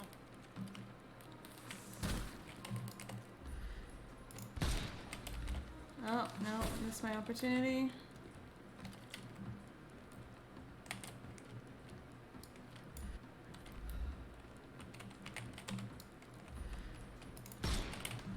There it is. Don't bother. Give him the pepper snuff. I didn't kill anyone yet, so that's something. Whoa!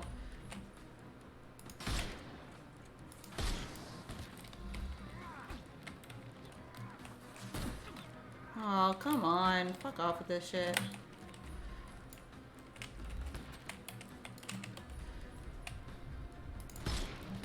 Oh, fucking bullshit game. God damn it. That the combat in this game, it was going well until it wasn't. I didn't even kill anybody. I gotta start over? God damn it. Yeah.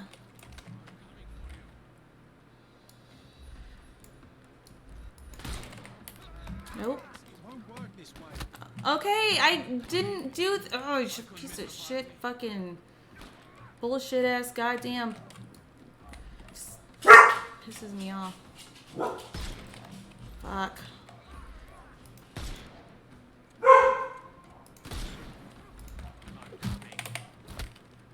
Yeah, sure. It's just over. I hate the combat in this game. I hate it so much. Why? Why did it stop? Shut up! Oh, shot that guy. You know what? Just kill me. Start it over. The combat in this game just pisses me off. It's so irritating.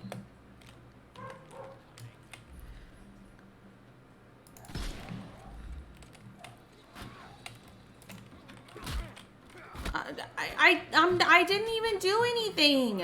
I'm trying.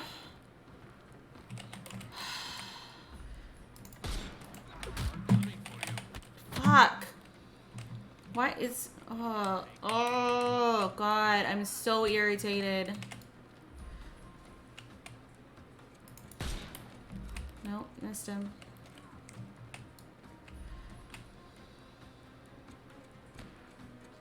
I thought we were against murder. Ugh.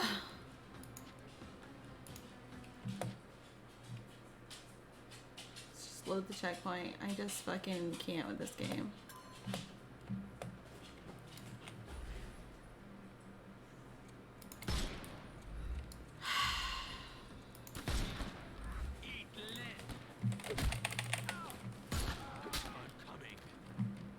Okay, yep, still taking damage, it's fine.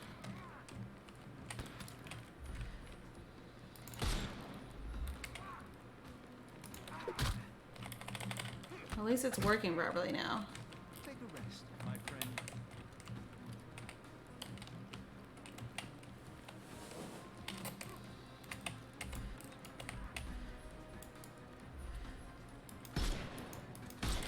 Nope. Whoops. Right in the throat.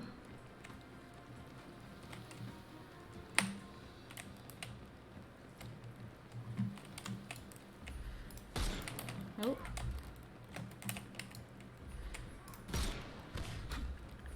The snuff's ready. Fuck you, game.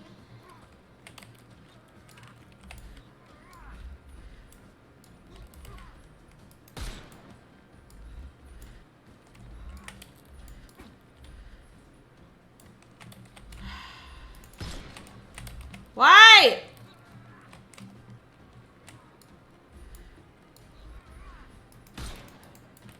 God, I hate it. I hate it so much.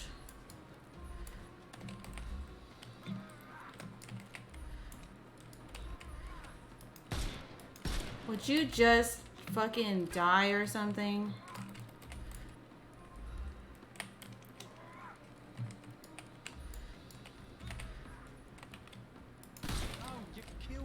Oh, I shot the thing that time. That's a bullshit.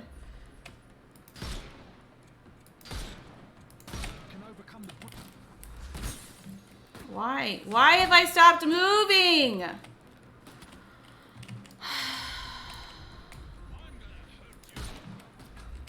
Fuck you, game. I just can't with this shit. If I could fucking turn the combat off. Yeah, I didn't mean to do that. God damn it. Fuck.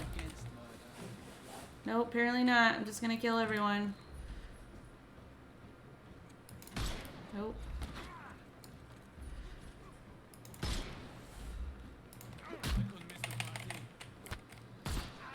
to check the settings and see if I can just turn off combat or something.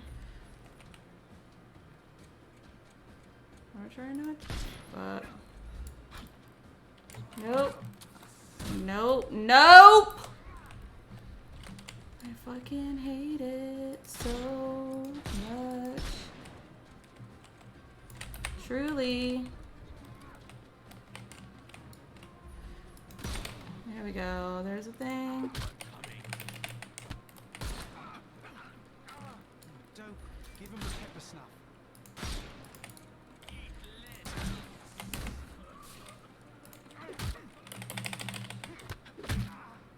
Please tell me that's the end of it. My friend. God damn. I hate the combat. It's so incredibly frustrating. Risking our lives. Paul's explanation will suffice. Okay, let's see what I got. Paul Perks is a woman who disguises herself, blah, blah, blah. We did read all that. I found the place where Paul Perks works. In the room with the Whirlpool plaque, I noticed a bloody bandage, found the keys. Storage room held evidence that Paul is involved in organized crime, smuggling psychotropics on the yacht. I was attacked by criminals who were after Paul. He owes me an explanation. Okay. So...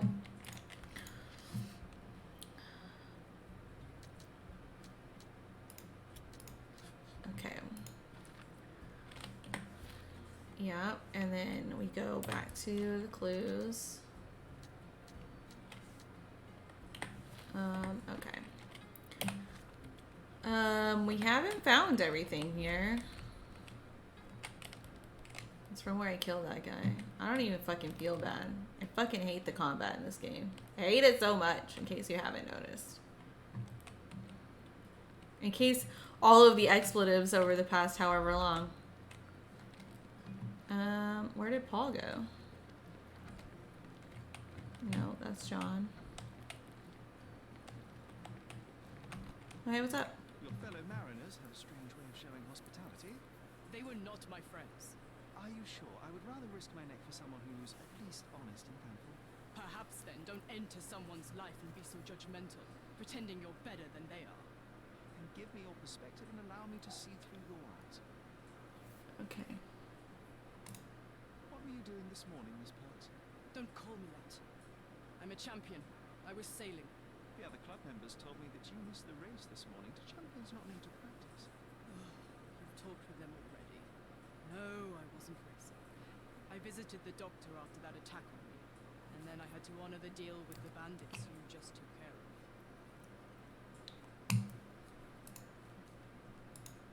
I tried to tell you before, but your partners interrupted. Have you heard the news? Theodore Gilded is dead. Do you have anything to say? Well, what a shock. To me, he was an angry old ogre.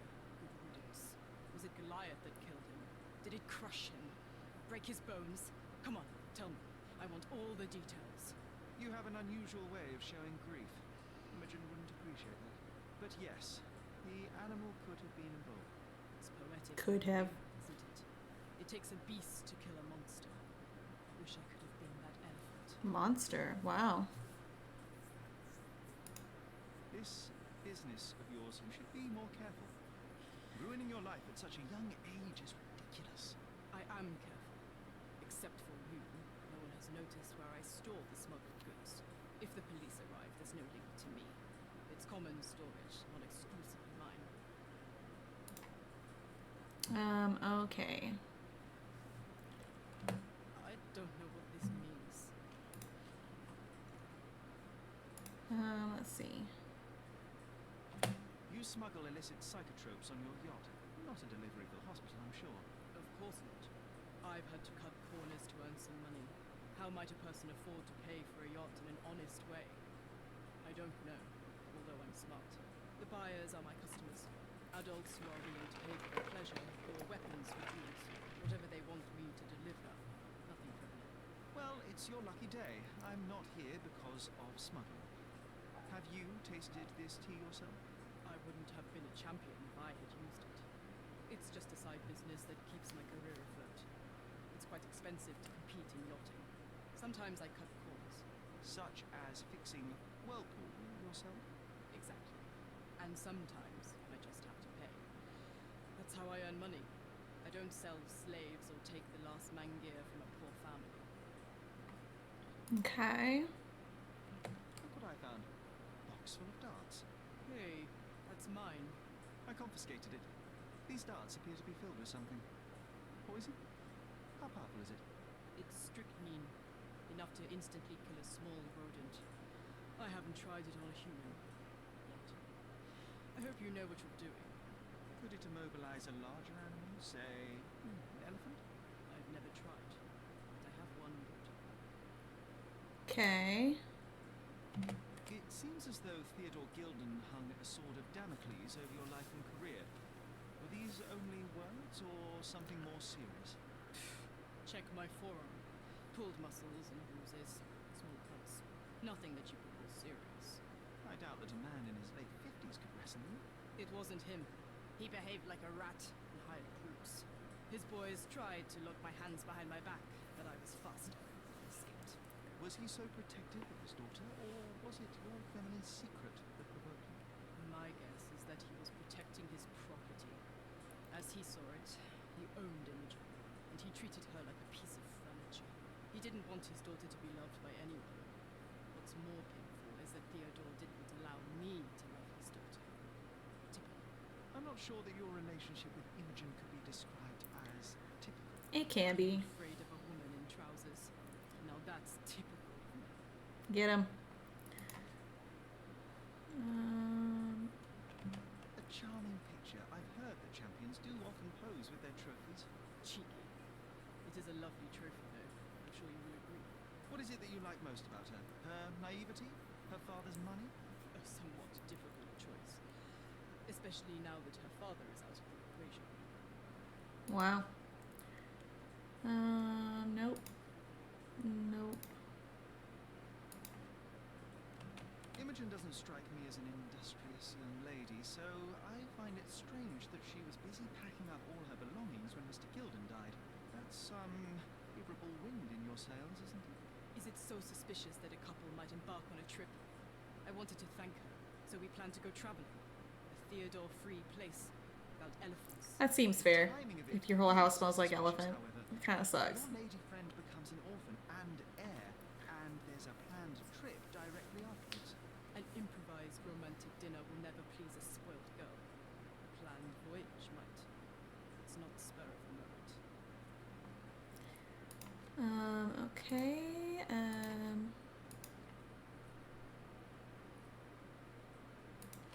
I don't know what you're Oh, suggesting. yeah, smell that.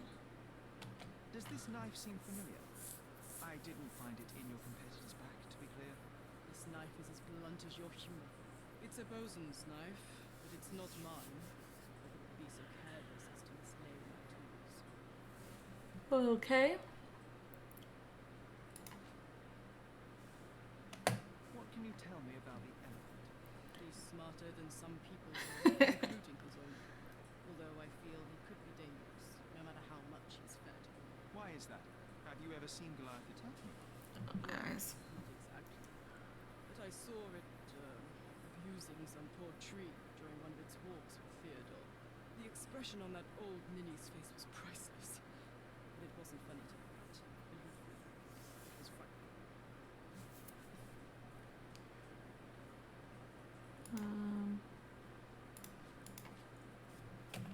I don't know what you're suggesting. No.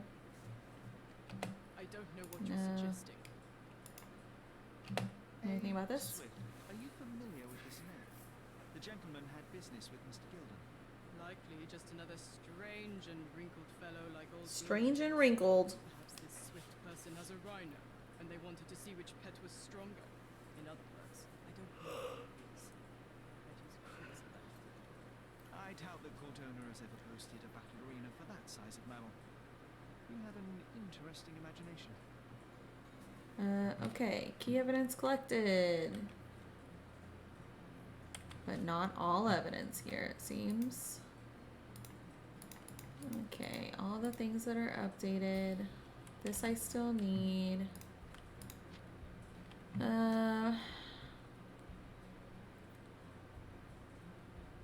Yeah, those together.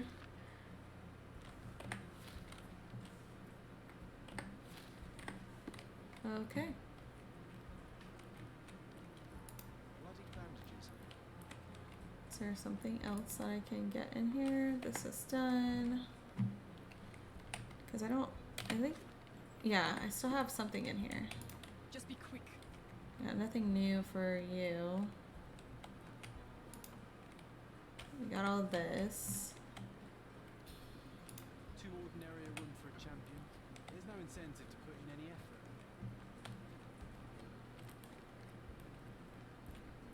Can't look at that again. That's nothing. What's up, Foghorn, which we already looked at. We already looked at that tea. Hey, book! Sales of hatred. I suppose there is something for everyone, including champions. Who knew archaeology could be so exciting? Exciting is certainly a word. Alright, all evidence collected. Hell to the yeah. This way? Okay. We can go now to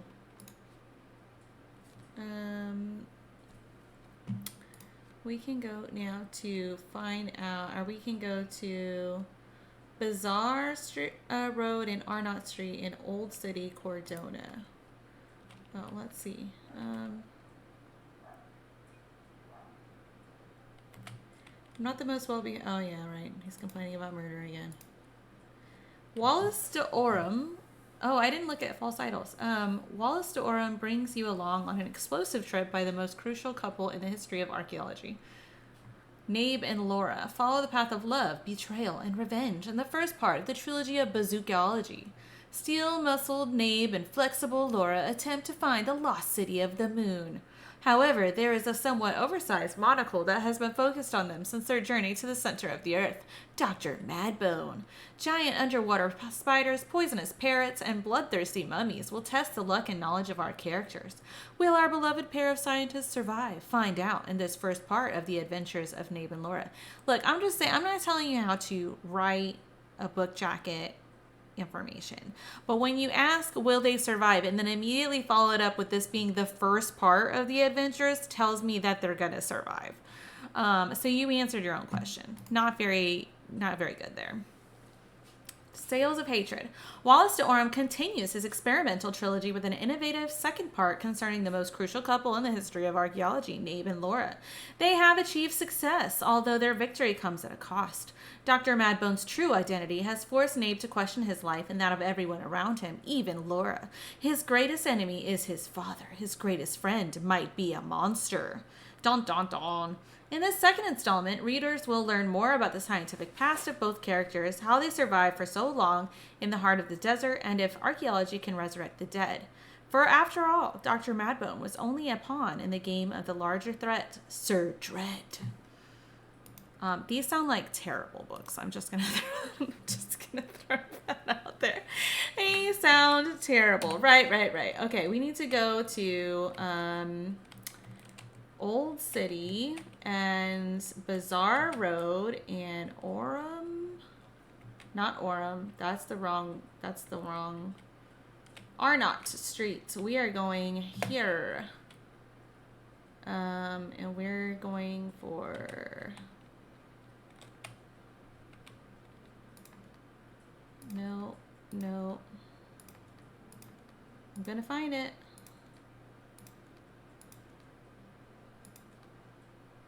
This one. Okay, and then we can, sorry. Immediately I'm gonna go to the furniture store here and we're gonna see what's for sale because there's new things for sale. And those things always provide more memories. Memories. Don't pass by. Well, let's pick something that suits you. Oh, this guy's clothes. I haven't actually bought any new clothes, but Come. Marhaba. Marhaba. It's a good day for a purchase. Ooh, a chandelier. Hello. An Anatolian rug. Pirate's pistol. We buy all of it. May your purchase bring you joy. that'll give us stuff when we go back to the house to look at too, because that'll add things. So we can go here. It's pretty close.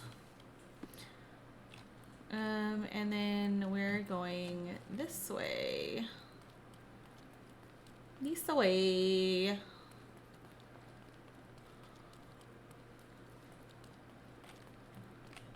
Oh, a statue of hand. Dona's legendary pirate, the Robin Hood place. Do you recall, John? It's a hand. Ooh, I wonder if... What is that? Karim of the Silver Hand, the pirate with a golden guard. I told you I remembered. Hey Sherlock, I'm up here. Guess what I found? A riddle, and it's about a treasure. Listen to this. What? John, you've surpassed yourself. The Silver Hand riddles. On the top of the monument was carved the first in a chain of riddles, which, as John suggests, lead to the Silver Hand's lost treasure. First riddle: a hand with treasure, a quest so sweet. Stand where Eurus Road and Crooked Street meet. A few steps toward the mosque left at the first few stairs, and find the courtyard a wishing well shares. Come on, Sherry. This is just like the old days. Sherlock and John on a pirate's treasure adventure. I mean, we're gonna do that, but we're kind of in the middle of a case right now, so... Alright, I am here, so... From day to night. Oh, right, I'm too close. From day to night, Iden stands there, recruit.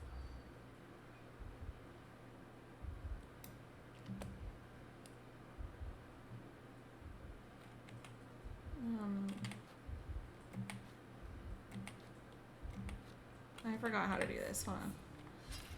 I gotta listen first. From day to night, Iden stands there, recruiting non-rebellious workers for the day. That's it? That's the whole thing? Okay.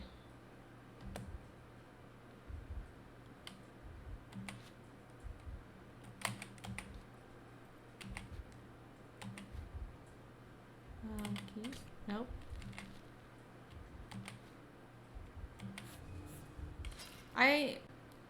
Maybe I need to listen longer. From day to night, Iden stands there, recruiting non-rebellious workers for the day.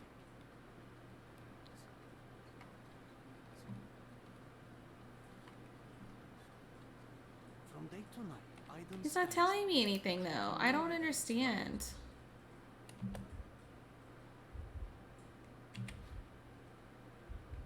Sure.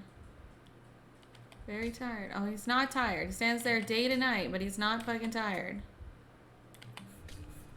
Okay. Next guard, pro-British. I don't fully understand, obviously, how these work. No, not this one. Discard. Discard. We keep that one. That one. Oops, not that one.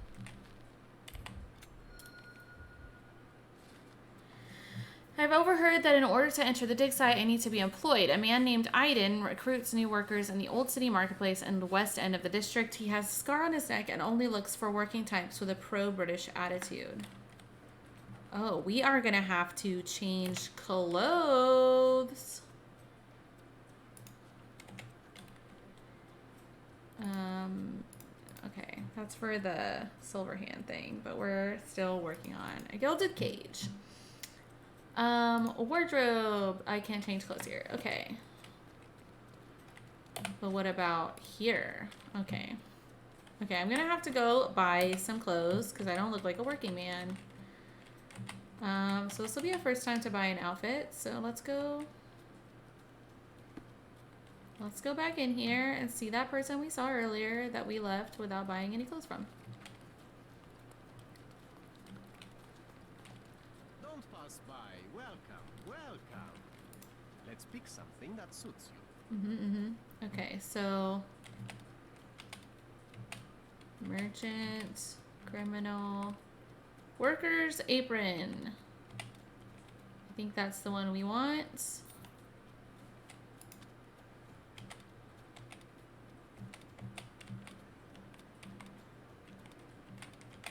I don't think we need that.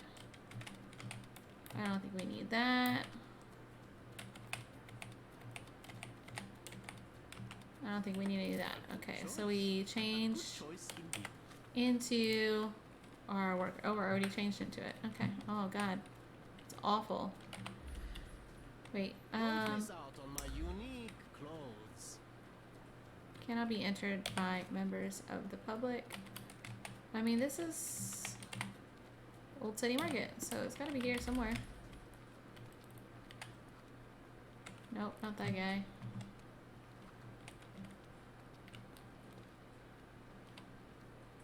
Who was I just looking at? There's like nothing here. Weird. Don't miss out on the best carpets on the island. No. It's not a lady. No. This guy. Sir, kind sir, might I steal your attention? I am not buying. Ah, that is the thing. You won't waste a single 90. I am a digger, you see, and I have heard of a dig site so deep it clogs your ears. I want to be there. Why are you telling me this? I have heard of a man recruiting for such a dig. A man with a scar, such as the one that you're hiding. And your boots are dirty with the deep clay I am so familiar with. Oh, I hope it wasn't too rude of me to point that out. You have a good eye. And you just want to dig deep and that's it? What's the catch? Are you in desperate need of money? Oh, there is no catch, sir. I won't even ask for advance pay. Just give me a shovel and I'll dig a hole like you've never seen. Huh. Is that so? I mean, that is Well, I suspicious. have to ask you an important question first. Would you be fine working for bricks? I am all for them. Well, you say that, but can you prove it?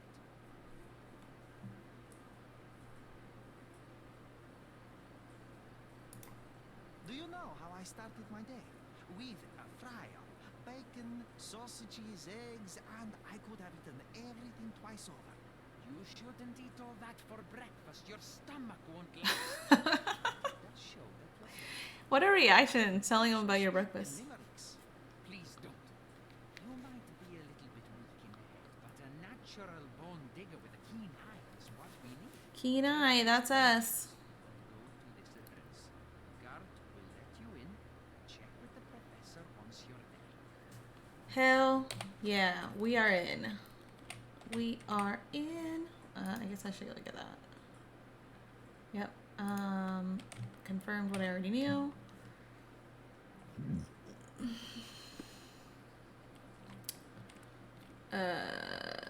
It's this way.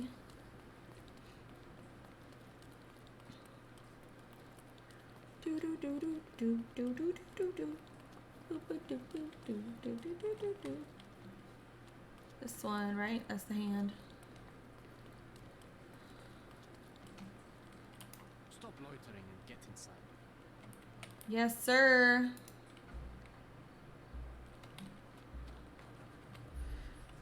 Nothing in the very beginning area. We're digging. Newcomer, talk to the professor first. He's the old fellow with the glasses and the plans. Okay.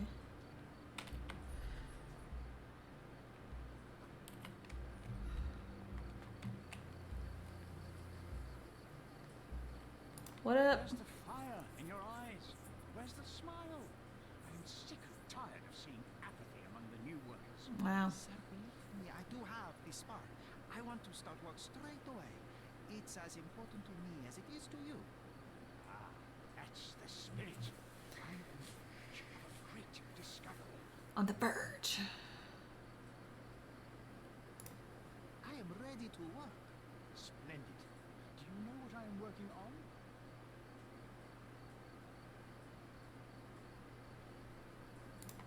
Archaeological treasure. I want to keep my I'm hoping to find something disguise a impressive, little bit something longer. that will change our history. Bravo, young man. I couldn't have said it better myself. It's true. We're looking for Vitus Lemonius's tomb. Lemonius. That is my goal as a worker. Good. Listen to me carefully then. I hate repeating myself. I am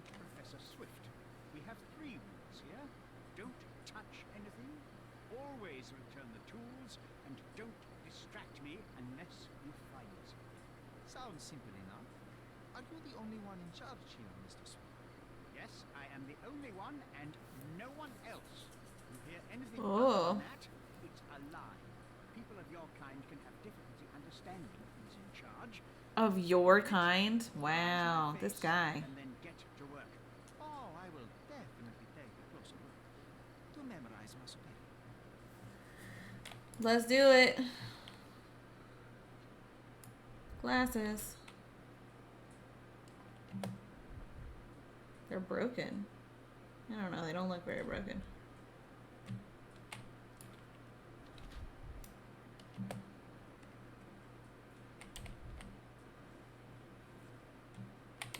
Oh, his elbow.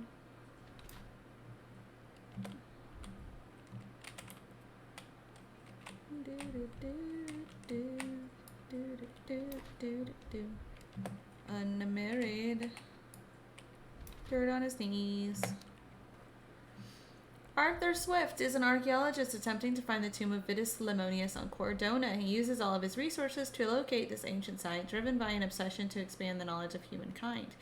He does not care about his appearance nor occasional wounds incurred during research, such as the injured elbow on his left arm. His life is documented in meticulous detail in a diary he treasures. Arthur Swift has sacrificed almost everything he has in a thankless attempt to uncover more about the past. I think that's him. He's old, poor, and cannot take care of himself, let alone afford new clothes or accessories. He entered the field of archaeology solely for financial reasons. His enterprise with Theodore Gilded was a ruse to fleece the rich man. At Arthur's age, the last chance he had to earn money was to find the tomb of legendary legate. Ooh.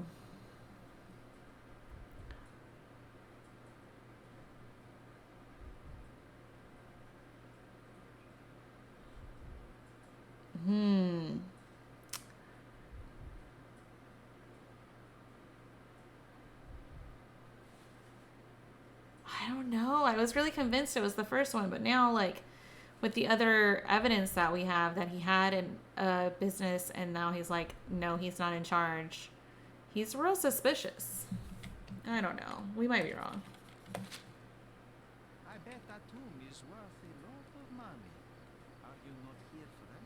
See, young man, how quickly you Oh no, it was the first one. I should have gone with my instincts. cannot appreciate the importance of my work. But you clearly have little or no money. Clothes, banded wounds, you have no one beside you.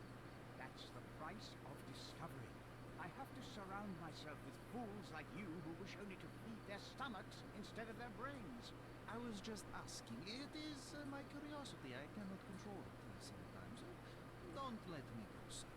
If you just stop asking stupid questions, I won't have to fire you. Upsetting. And you better find something useful. Well, alright.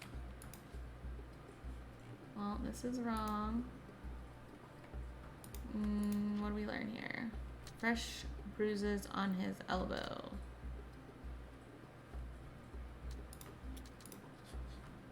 Could be him.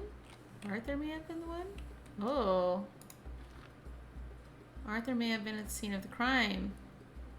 His injury matches the damage done to the shed. Paul may have been at the scene of the crime. Oh. Well, before I choose... I mean, I guess I did already choose, but... Don't touch anything here. Get back to work. Yep. Going to work.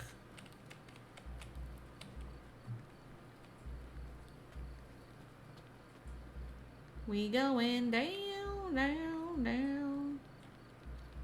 Oh, this is just water. And a tire? Question mark?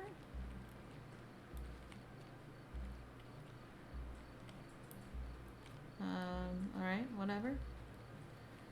Let's see what we got. Could you help me? Whoops. You and I are the economic foundation of this island. We should help each other. But I don't know what you are talking about. That's my bad, yo. My bad. Didn't mean to ask you about that. Swift lost his temper when he learned what happened to the statue. Which statue was damaged?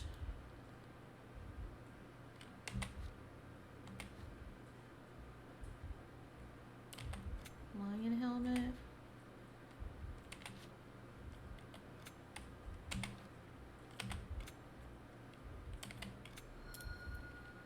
First try. I have no idea what the fuck is going on.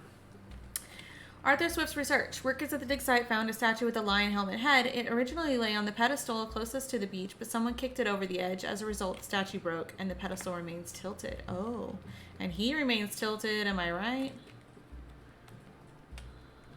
What are all these, like, areas that just are water, I guess? I don't know.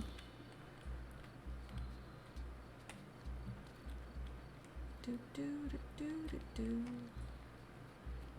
Anything in here for me to see? Oh, hey, book. Sharpest pickaxe. A guilty pleasure of the real archaeologist. Missing your Laura, Mr. Swift. Alright, hold on. We gotta go read it. And we count it. I found the dramatic conclusion to this insipid trilogy. Somehow, Arthur is also an avid fan of the series, or perhaps one of his employees attempted to besmirch his reputation as a scholar of note.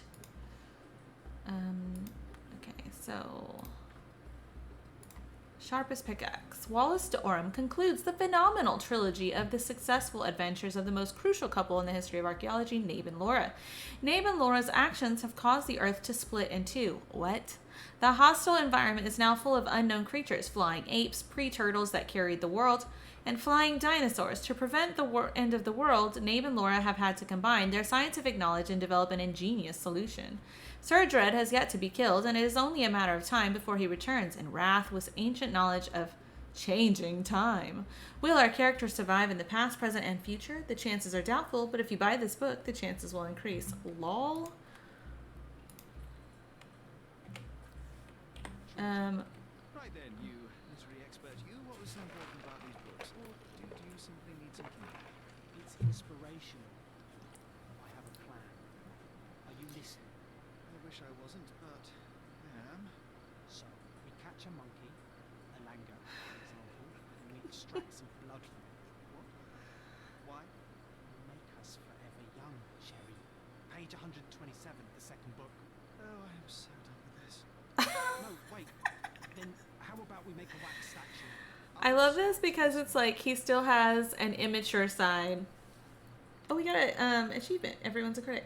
I love that because it shows that he still has an immature side because he's young Sherlock Holmes. So down to the beach.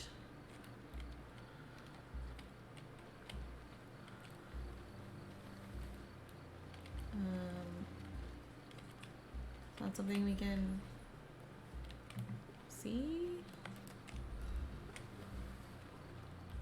What's the point of coming down here? I don't know. I was expecting to find the pedestal down here, but whatever. Somehow the text remains legible. Let's see if I remember my letter. An inscription near the 4 pedestals translates to Vitus rests nearby. Beware the one who wishes to disrupt his sleep, for he is guarded by the gazes of his brother and the autumn wind. Alright. There's the statue that got knocked over. All I can think about is Despicable Me whenever he's like, knocked over! And he destroys the fucking game stand. A scythe? A sickle? Ancient Romans honored the seasons. A goddess? A mother? Sounds wrong. If it's a goddess with a sickle, then it's gonna be Demeter. Or not for Roman, it'll be Ceres?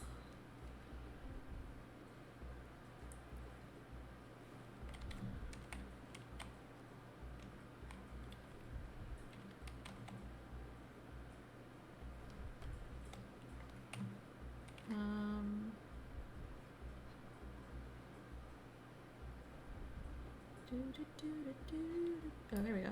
The pedestal. There were 4 statues here originally. 4 on this small I wonder pedestal? what the 3 other statues look like. It doesn't seem big enough to house 4 statues, but whatever.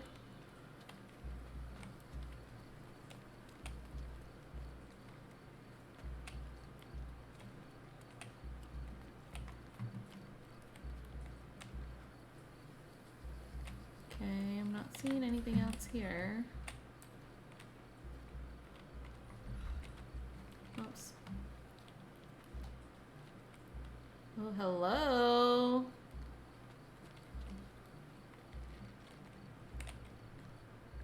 Can't go in here. Investigate the pain. I can't go in here.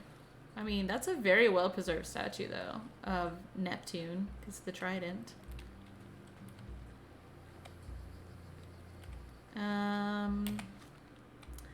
We definitely have not found everything.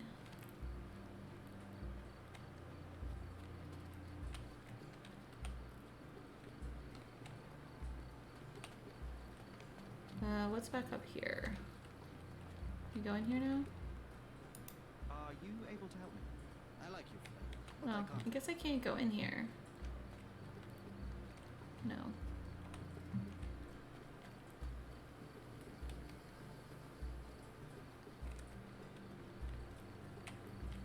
Oh.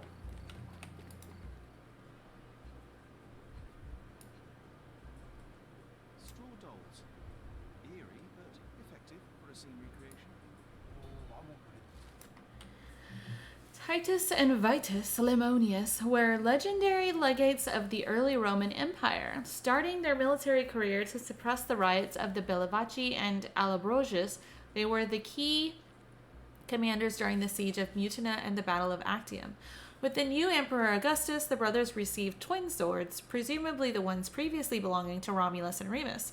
The brothers served as legates to conquer the Dalmatian and African provinces and were famous for their worship of minor gods. Titus honored Eurus while his brother prayed to Zephyrus. Zephyrus would be wind. One of the wind gods? Because a zephyr is a wind-based thing. Not much is known about the brothers except for the description by Pliny the Elder. Titus wore the skin of a lion with its head on the helmet, a tradition he picked up while being a signifier. Vitus held a shield large enough to cover the sky, though the exact locations of the tombs remain unknown. Historians know that Titus died in the spring of 10 AD, while Vitus died in the autumn of 12 AD. And what's in here? Oilcloth. Won't fade and waterproof. Enough here to make 10 sails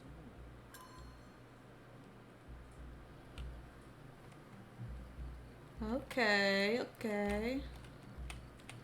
Anything else back here? Yep. That's our dig site. Plan for this operation. That's the big statue with the peen we saw. Titus Lemonius' tomb has been found near the city of Corinth. British archaeologist Sir George Griffiths has discovered the well-preserved tomb of a Roman legate, General E.D. Titus Lemonius, owner of the legendary twin sword of Romulus, gifted by Augustus himself, first emperor of the Roman Empire, E.D. In an exclusive interview, Sir George has described the find as a priceless addition to the history of humankind. The entrance was found by the removal of several blocks of soil around prominent statues, revealing the tomb. According to Sir George, the statues represent the life of Titus, a female statue, presumably a mother, holding a basket of fruits, looking to the west. Another female figure, perhaps Autumn, with a sickle in her hand, looks to the east. Sir George presumes that these statues are hidden allegories of Zephyrus, a minor god of the west wind, ED, and the other, Eurus, god of the east wind, all of this being played in a circle with the statues of the two brothers, Titus and Vitus. The achievements of the archaeologists have been acknowledged by the crown. You know, Mr. Swift didn't realize the significance of the statues. And pictures. This reminds me of my father's. That's a weird thing to say.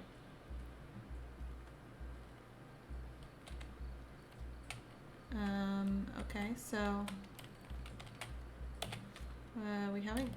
we haven't found everything, that's for sure. Let me take this off of our map.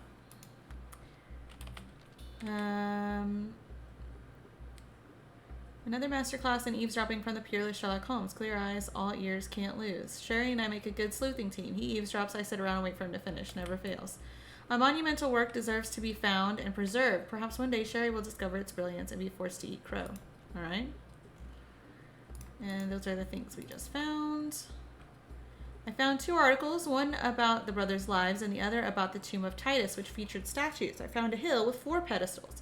Only one statue remains, a female figure that held a sickle. An inscription near the 4 pedestals translates to, Vitus rests nearby. Beware the one who wishes to disrupt his sleep, for he is guarded by the gazes of his brother and the autumn wind. I believe the statues can reveal the tomb's location. I should try recreating the scene on the hill. There were 4 statues near the tomb he researched. A female statue, an allegory of the minor wind god Zephyrus, looking west, with a basket of fruits in her hand. Looking east was another female statue, also an allegory of a wind god Eurus, with a sickle, the archetypal symbol of autumn, in her hand. Between those 2 were the remains of statues of Titus and his brother Vitus. The legate's appearance as depicted in historical records, Titus wore a lion helmet and fought with a sword, while Vitus carried both a sword and a shield. Titus died in spring 10 AD and Vitus in autumn of 12 AD. I finished this. Located all the books. On the one hand, I understand the desire to romanticize a dull profession into something adventurous. On the other, I think we are due another bonfire of the vanities. Okay, so we need to go back down this way.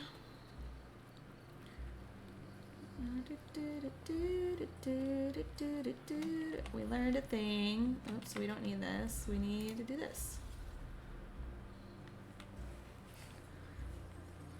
This has been kind of a long case, actually. Okay, so what do we got here? Where are we? We are... This is the west side. So the west side will be a statue.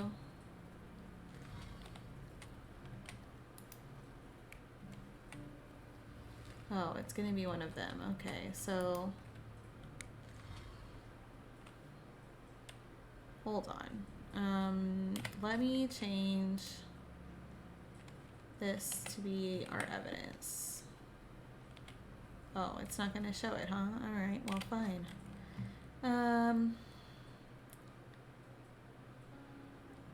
Basket of fruits, looking west, looking east. It's the one with the sickle. So that is west. So this is not that one.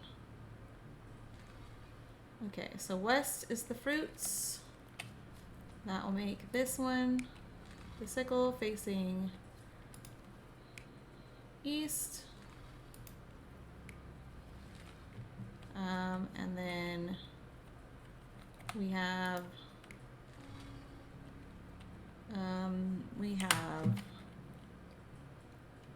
between those 2 were the remains of statues of Titus and his brother Vitus. So Titus wore a lion helmet with a sword, and Vitus carried a sword and a shield.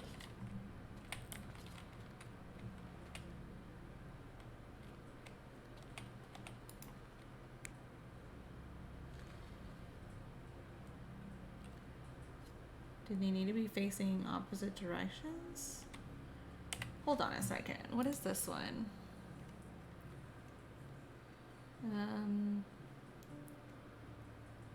Vitus rests nearby. Beware the one who wishes to erupt to sleep. He is guarded by the gazes of his brother and the autumn wind.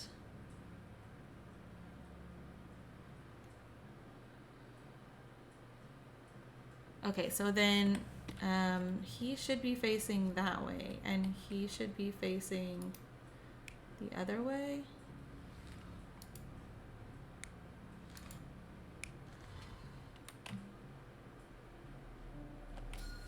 Seems everything's in Nailed place. it. Now, let's see what this has to tell us.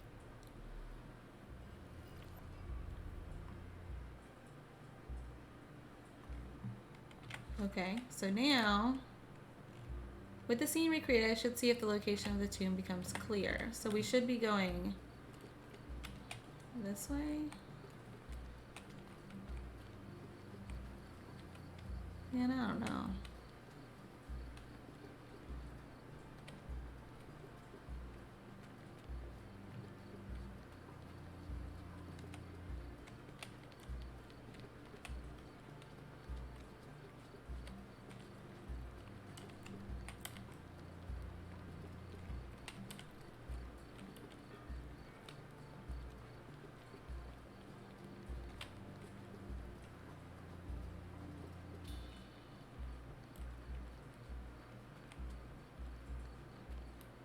Is it down here? Where am I? What is the point of being able to come down here?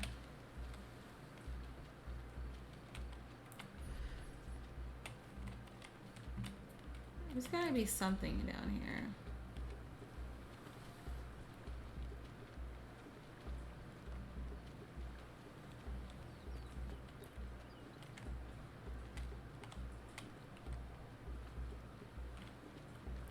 No?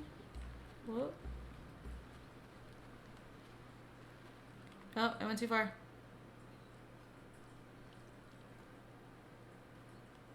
Oh, it washed me up. Back at the waypoint. You hate to see it. Need to go this way. I didn't think I was that far out. I mean, I was still on the part you could walk on.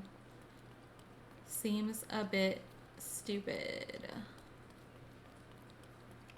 Way to interrupt everything I was doing. Stop, look.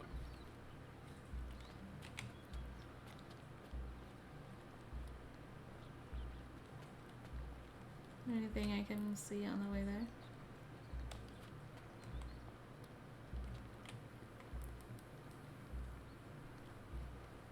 Take a shovel and dig. Wow, rude.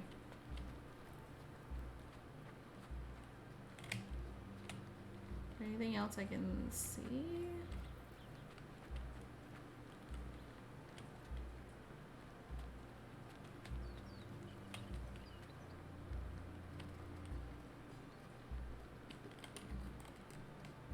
No.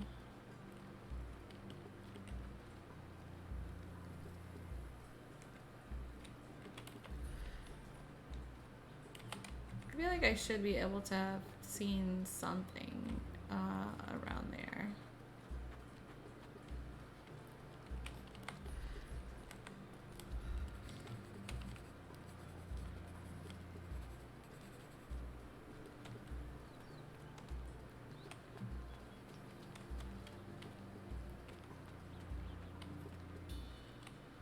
Man, I don't know. Let's see.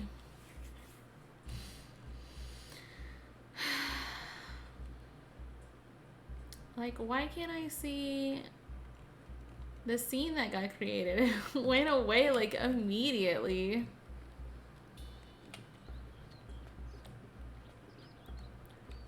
I guess I'll just walk around till I find something to interact with. Do you know anything about this? You and I are the economic foundation of this Yeah, land. yeah, We yeah. should help each other. Wish I could But skip I don't this. know what you are talking about.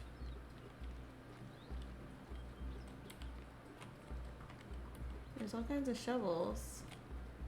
It's a pulley rope. I can't walk over these like super tiny walls. There's nothing I can interact with here.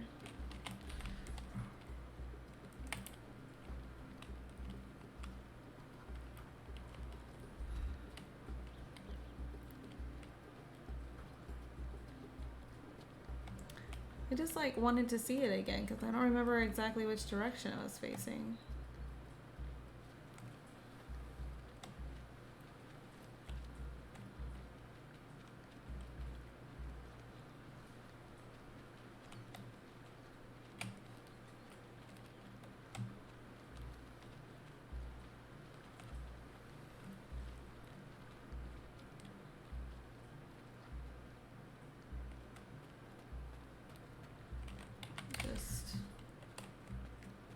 Nothing.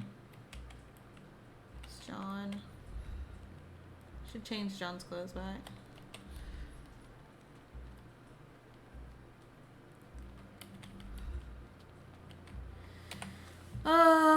Okay, let's... No, the character portrait is wrong. I wish I could change that afterwards.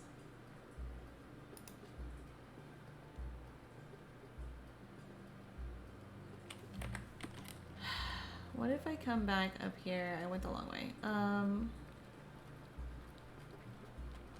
I like read this again? Vitus rests nearby, who beware the one who wishes to disrupt his sleep. He is guarded by the gazes of his brother in the autumn wind. She was facing this way. And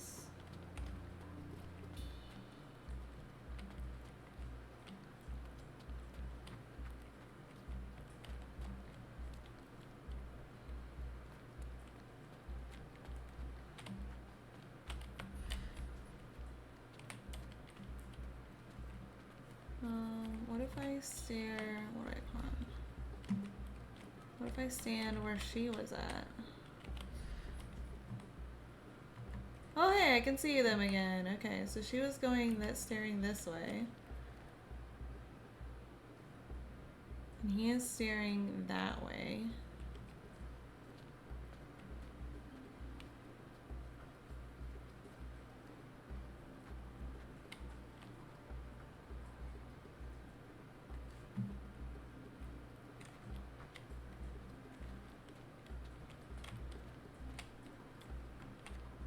Whoa. I wasn't expecting him to see him up there. I mean, I'm not seeing anything though. What if I stand where he was roughly? It could be the opposite directions, I guess.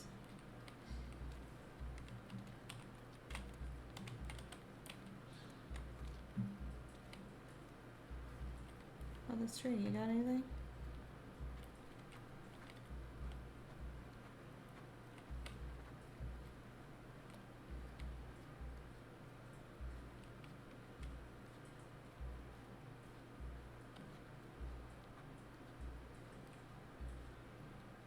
Excuse me, sir.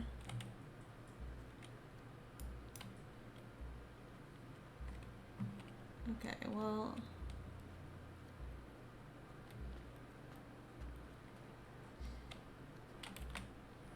Oh, that's just over there. Oh! Hang on a second. I saw footprints.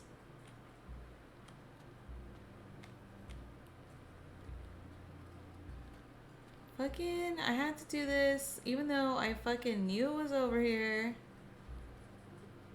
Honestly. I knew there was a reason you could come down here. Good order of operations.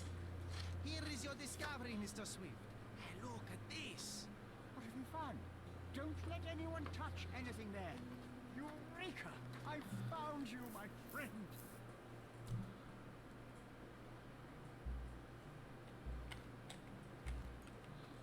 Okay.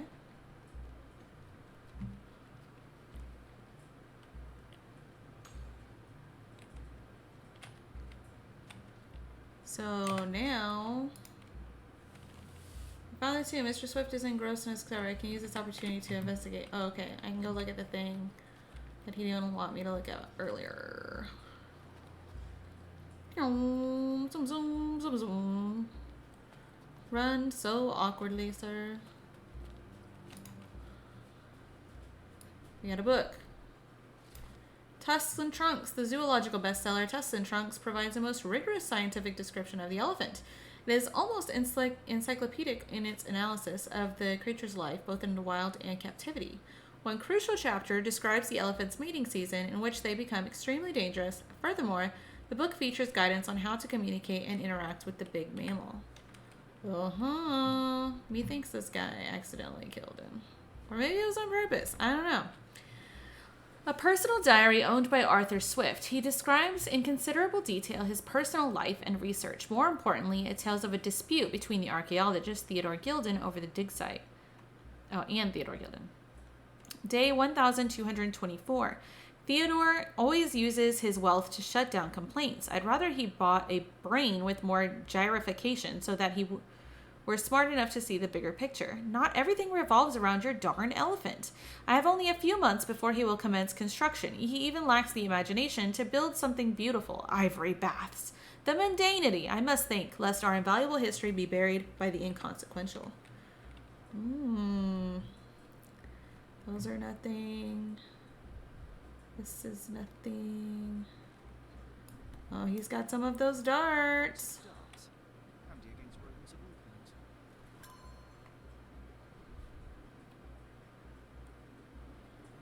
Trying to take over my research, are you? I come here to pick up your diary, and I find you snooping around. Explain yourself. Mr. Swift, if that were true, I would have been on my way to the newspaper. My name is Sherlock Holmes. I didn't have a chance to introduce myself properly. Outrageous. So sad. What is the reason for your being here? Who sent you, Mr. Holmes? He's kind of strong. He's kind of a stronghold there. Death calls me here. Theodore is dead? How can that be possible? I'm thinking of all the possibilities, and I'm not crossing out anyone who might have been involved. Even his elephant. The land you're excavating belongs to Mr. Gilded, does it not? Did I hear an accusation? I have nothing to hide. Seems like he has a little bit to hide. Nonsense you prepared as a token of my diminishing respect towards you. Very well, Mr. Swift. I appreciate your cooperation. Were you at the site this morning? Affirmative. This project is taking a lot of my time, as you see. I spend more time underground than on the surface. When did you learn about Theodore's death? Just now. You just told me. And you aren't surprised, shocked? I won't tell anyone if you shed a tear or two. Weren't you partners after all? We were. And it is a real shame. But I've seen too many deaths in my life, Mr. Holmes, for the news to truly shake me. I don't feel like that's true. Well, maybe I'm wrong. I don't feel like... I mean, you'd have to see an awful lot of death in your life to be, like, unmoved by it. Or be heartless. Or both. When was the last time you saw Mr. Gilded?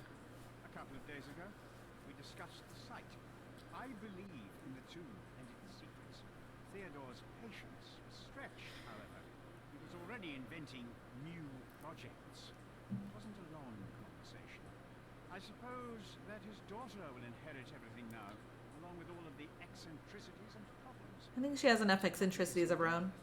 Eccentricities and problems, Mr. Holmes. One of many. Will you allow me to return to my research? Or are you insisting on remaining an obstacle? Well, I haven't even started. Let's go! Alright, question. Why do you have this box full of darts? With this box of darts, is it for a scientific argument? A little dark, that. Rather for killing the kind of rodents that might nibble a nose or a toe in your sleep. Let's just say I have to protect myself against a larger animal, such as an elephant. Might it be enough to stop it, make it faint? If I were you, I wouldn't bank on it. Claims the darts are used to kill rodents. Okay. You have a weakness for nostalgia. Or, rather, do you use it to record a list of enemies? Young man, you need to check your moral compass. Reading another person's diary is a sin in every culture that I can think of. But you aren't answering the question. You've already read it. Why bother? I simply record my life to keep my memory clean from misinterpretation. Letters and pages don't lie. But the writer of the text can. Yeah, absolutely.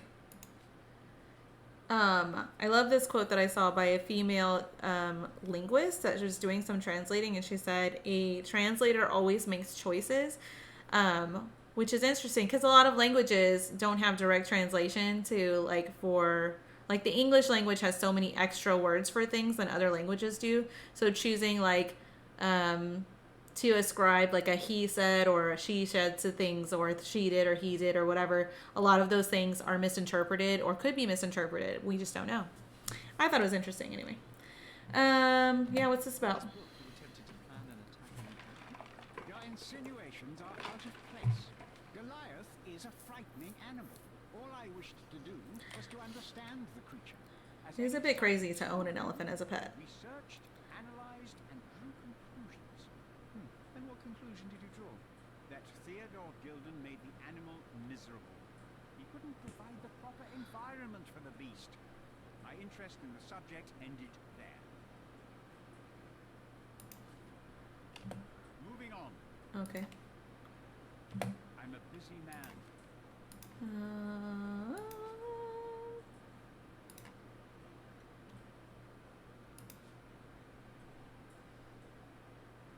Okay, what's this one? Did this plan cause a rift in your business relationship with Theodore Gilded? Nothing like that. Admittedly, we didn't share a common vision of what is more important, the past or the future. In my opinion, we can't build a future without knowing the past. So you wanted to save the tomb of Vitus here, or perhaps your control over the research? Only the knowledge that rightly belongs to humankind, nothing less, nothing more. Okay, what else do we have? I've nothing to add. Okay. I'm a busy man. I'm a busy man. Nothing about that, huh?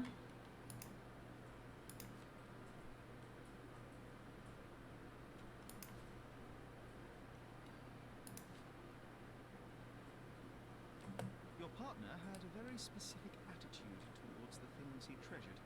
Was this habitual for him? That would have been too much even for him. Don't get me wrong, he had a harsh temper. Like a true businessman, he was ready to burn his competitors to the ground. But threatening someone physically would have been something new even for him, am I correct? Absolutely. Besides, I have never seen him this angry. The fellow who received the letter must have been extremely alarmed. Arthur was surprised to see. No. No.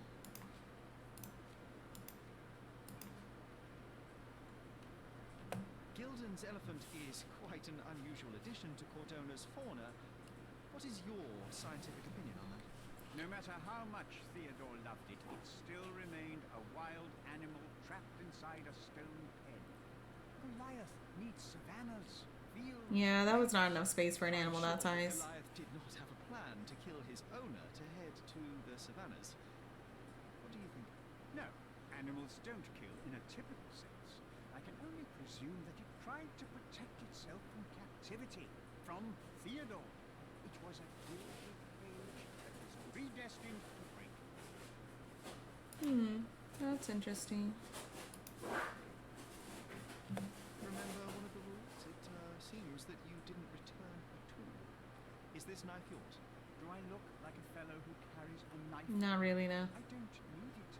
There are plenty of uses for it on the site. I have other people to cut ropes for me, Mr. Holmes.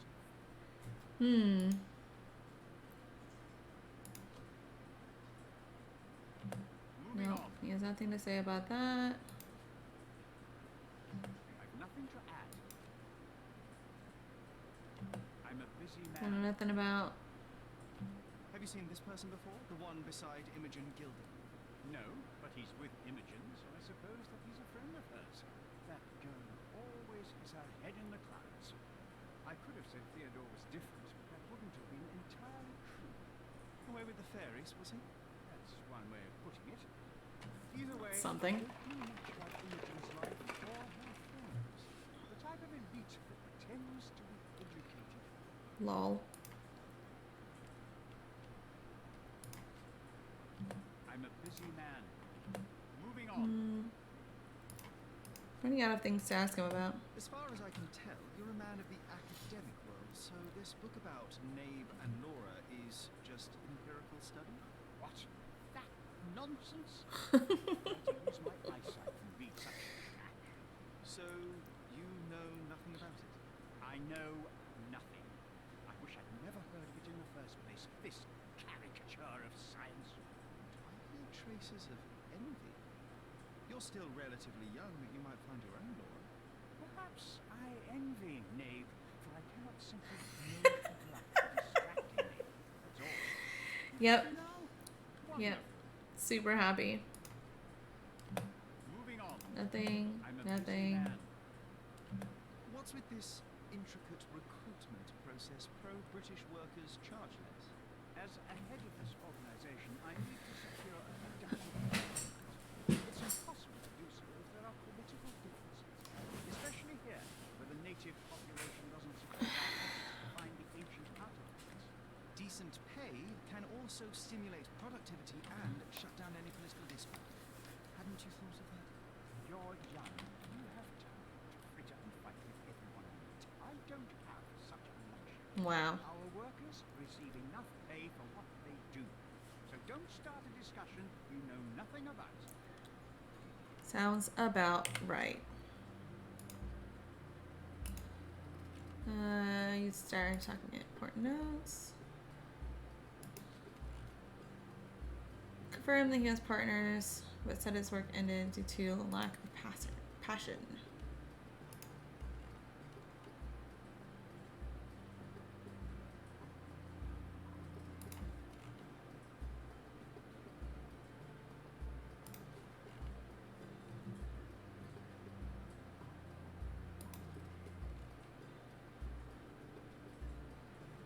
All right, let's see what new things we have in here. Everyone blames Goliath. Accurate. It was mating season. Goliath is dangerous right now, but may prove valuable to the case. I need to lure him out by exploiting his lust.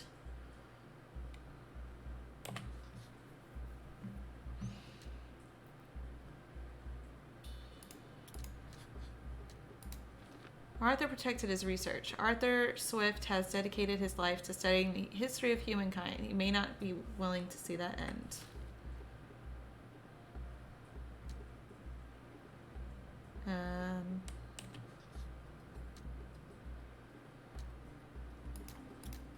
Nope, that's not helpful. Okay, go back to the case book. Now we have, ooh, chemical, hello. Let's do a chemical analysis. I do like this one. Minigame. All right, we have a combine and we have a separate, I guess. So we need 3 red and -4.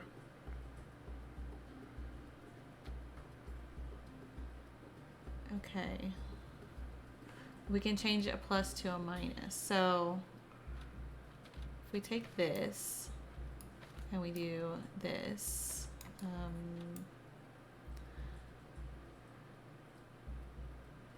that gives us -4, which we need. And then we're gonna need a combine.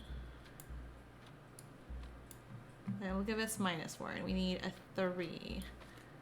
And we do a combine and confirm. Success. I've extracted pheromones from the liquid. Okay.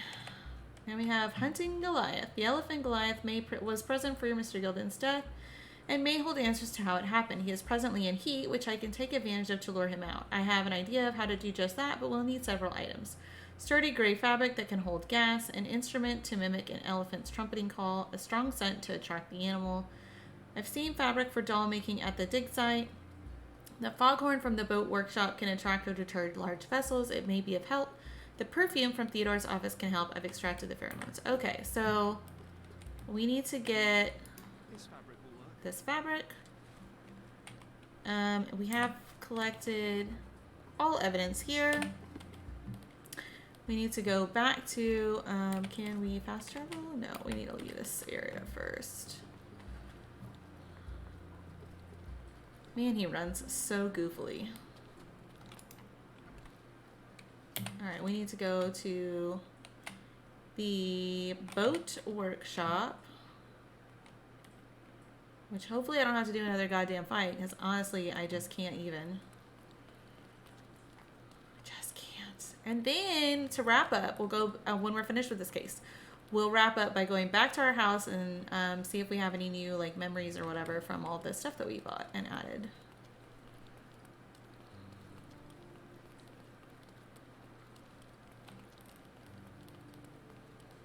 Back to the boathouse. We need the foghorn, which is back here. Mrs. Needy seemed to know her sewing inside out. Oh, I bet she missed us. I hope Miss Needy won't misunderstand me. Okay.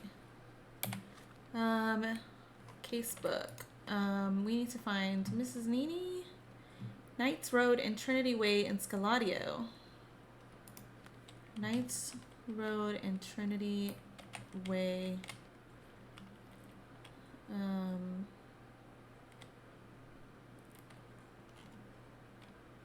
in Scaladio. Knights Way and Trinity Road. Do do do. I don't know why that popped into my head, but it is what it is. Knights Road. And Trinity Way. We're gonna go here and accept, and then we're gonna go to the police station because it's close. And yeah, this is fine.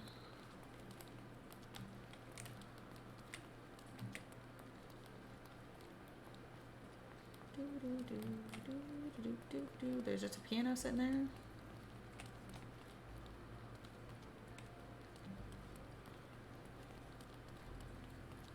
Can you make a doll that I can have an elephant hump? There we go. I've come to you with a special. Special. The tailors on the street can't help me, I'm afraid. Could you make a doll for me? Oh, Senor Holmes. You taught the police how to do their job, and they found the thief. Of course I will help you. But what's it to do? A child's doll, such as my great niece might play with? A little larger than your typical doll. Signore, I don't understand. Boy, girl, animal, and what color?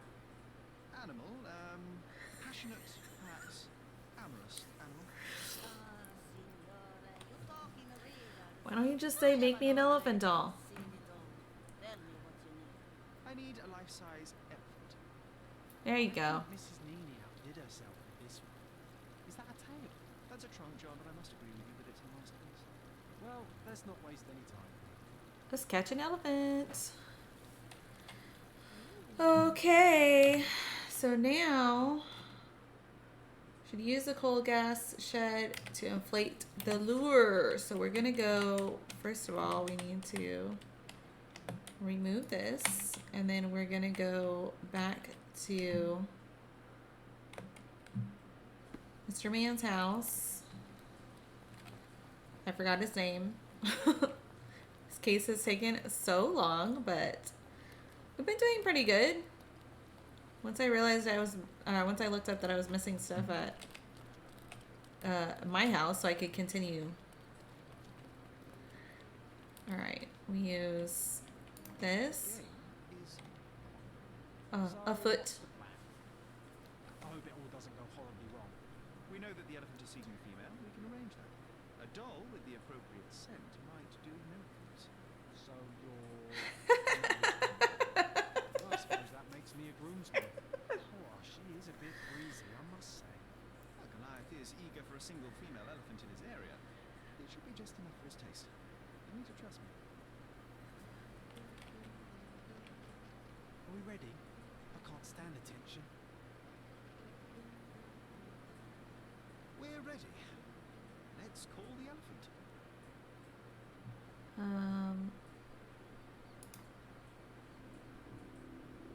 How do you feel about a date? Hello, that's hilarious. How could anyone resist?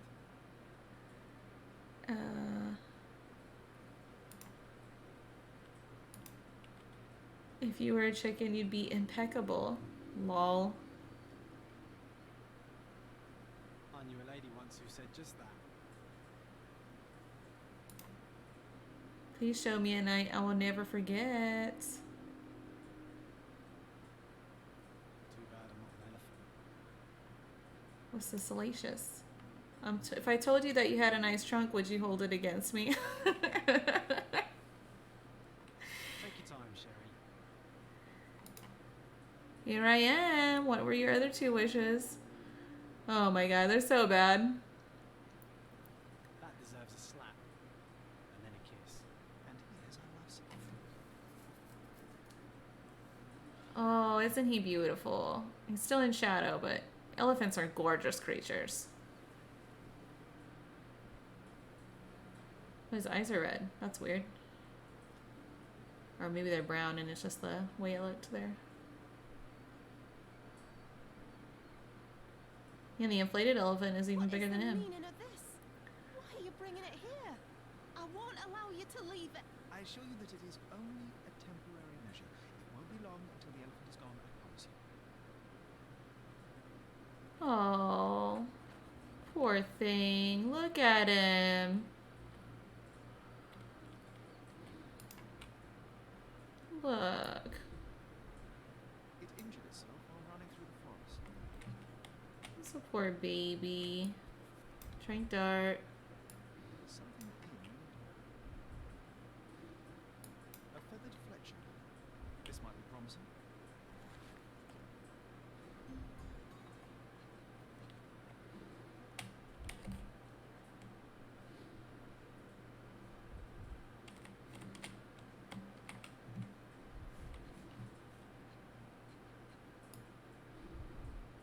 Peaceful and compliant, almost a gentleman. Oh, he's just a sweetheart. Look at him. He didn't mean to cause all those problems. Somebody attacked him.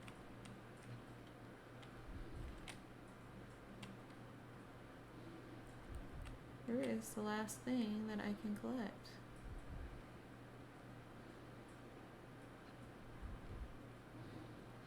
Oh, there we go. The left tusk is larger and more worn. You're a left tusk elephant. I guess they're like left-handed or right-handed, dominant tusk side. That's interesting. All evidence collected. So, we've got some analysis. Right, we have a new operation. I don't know what that does, but... Okay, what do we need? We need 4 red, 3 green. Okay, so if we do these 2 combine, that'll make 4 and 3. So we need 3 green and 1 blue.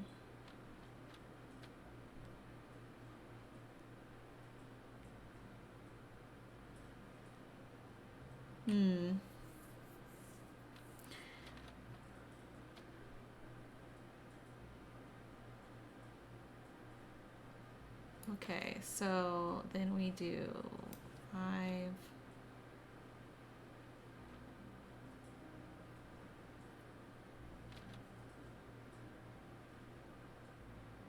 Wait, what?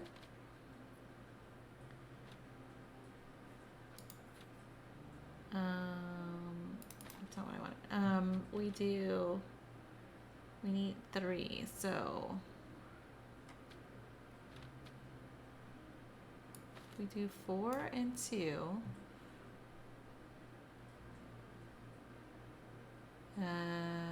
Do we have a -1?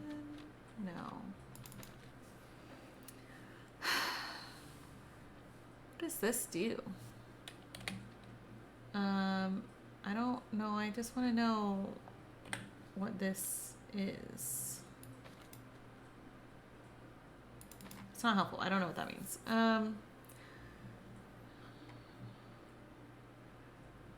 4 and 3, and then we do... Okay, so we need 1 blue and 3 green. Right. Okay, so we do... No, that's negative. I keep wanting that to be a +5.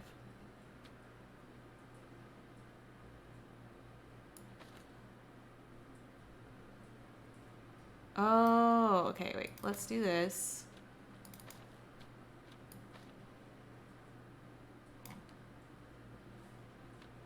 And this.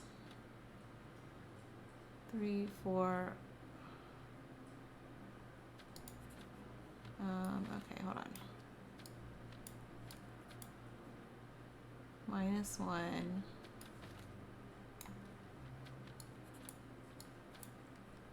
2, 3, and 3. No, hold on. Okay. This one's more complicated. Let's see. We can't do -1 only, but we could do 2 and 1. Okay.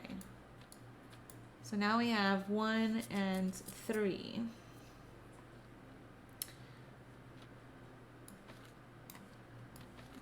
If we do this. So we need 3. Here we go, here we go, here we go.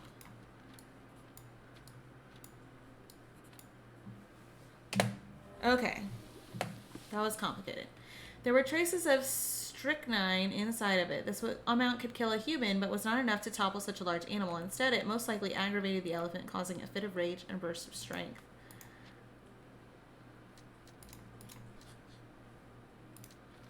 Arthur or Paul may have shot Goliath.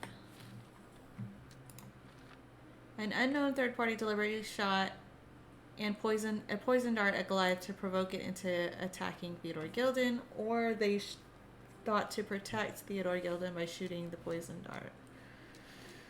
Oh.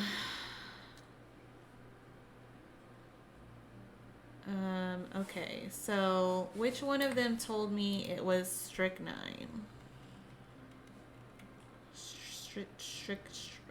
Whatever.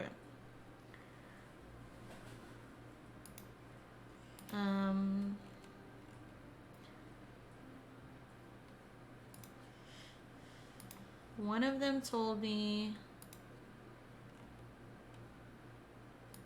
not that,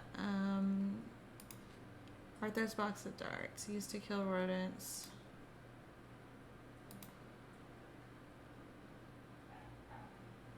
See, he told me exactly what it was. So if it was Paul that shot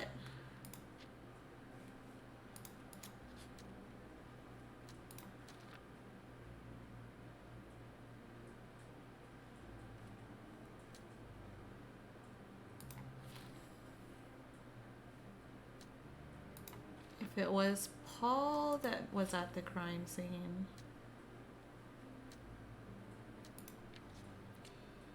Paul Perks killed Theodore Gilded. Paul Perks killed Theodore Gilded using Goliath. Paul used an air gun with a poison dart to provoke the elephant. Agitated and scared, the animal attacked Mr. Gilded. With Theodore gone, there is no one to stop Paul from being with Imogen.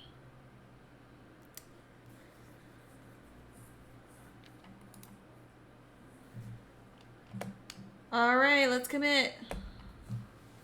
Oh, I was wrong. It's red, so I think that means I was wrong.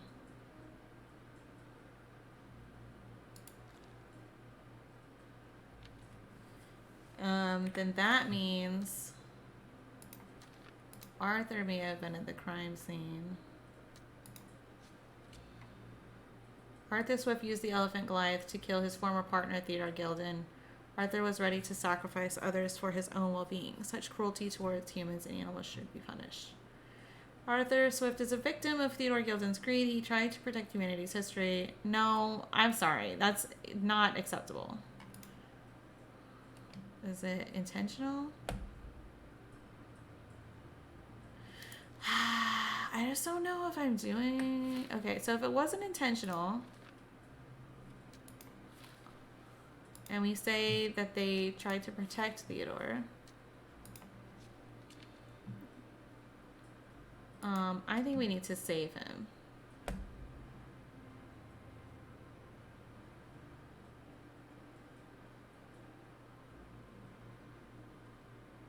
I don't know. Wait, was all of them look the same? I don't know if I did this wrong.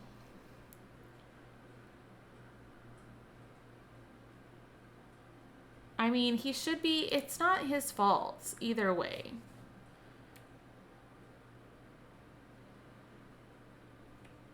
I think that the person did do that.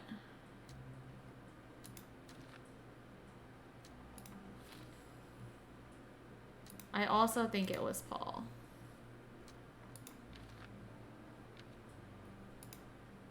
Okay, I am going to commit to this.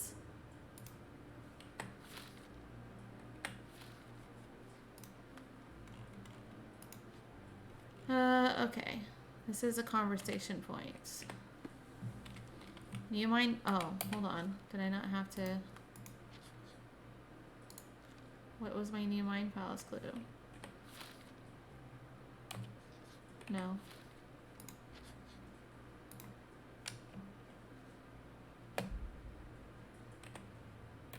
I don't think. Either way, I don't think that Goliath should be punished.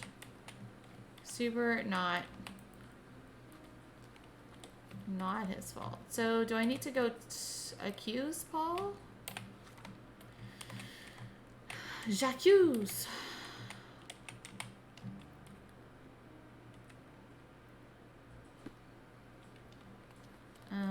I guess let's go confront him. Her. Them. They don't want to be called her, so.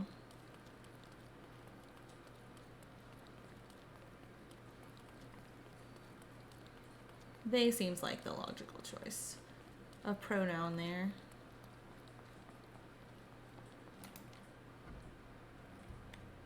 If I have to have another dang shootout, I'm gonna be super irritated. Oh, wait, maybe you can give me... I'm clueless. I don't know what you're suggesting. I'm clueless. No. I'm No. clueless. I'm No. clueless. I'm clueless. Between yachts, darts, and notes from bandits, I've discovered many fascinating facts about you. This, an installment of Maeve and Laura's adventures. Why did you sully your library with this? It's a gift from Imogen. I didn't buy it. I might have turned a couple of pages, but nothing more. I swear. I will give you the benefit of the doubt, but your literary taste has...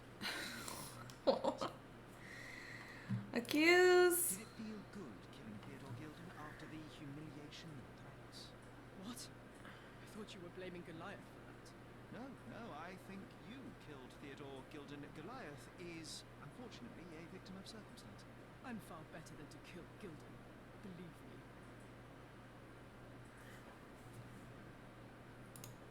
You were at the crime scene at the precise moment when Gilded died. I was not. I was visiting the doctor after the attack on me.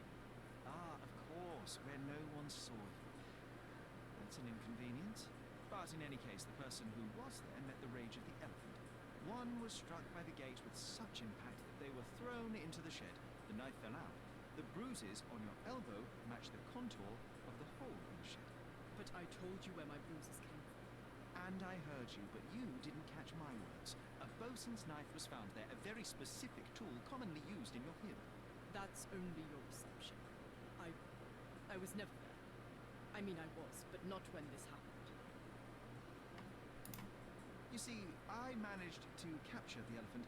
Goliath had a dart stuck in his hide, similar to the ones that you use to kill rodents. My guess is that you used Goliath. A dart can kill a mouse or human, but for an elephant it's not enough. Strychnine is a powerful stimulant and convulsant. Once the drug was in the bloodstream, Goliath became extremely... I hope I chose right. ...so blinded by the flow of energy that he killed his owner. And my dart is responsible for that. I'd rather use my hands. Yes, there would have been fewer variables, but after the attack on you, your condition didn't allow for a direct confrontation. So, you used what you had. That's not what happened.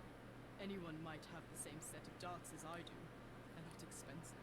But not everyone knew Theodore and had access to his property. I can understand why you killed Mr. Gilded. He saw you with his daughter. He checked up on you, yachtsman, smuggler, and a woman. You went so far as to hire some thugs to attack you. Theodore knew your weakness, your career.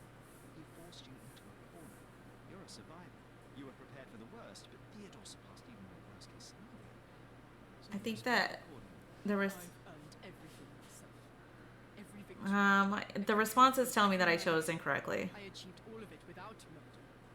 I don't need to kill in order to win. And you weren't afraid that he would reveal your secret to the owner of the yacht club or your competitors? I can control my fear. Trust me, I wouldn't have become a professional athlete otherwise.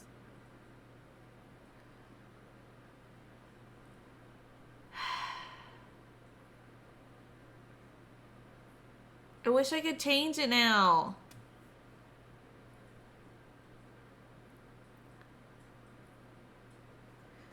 I still don't think that Goliath is to blame.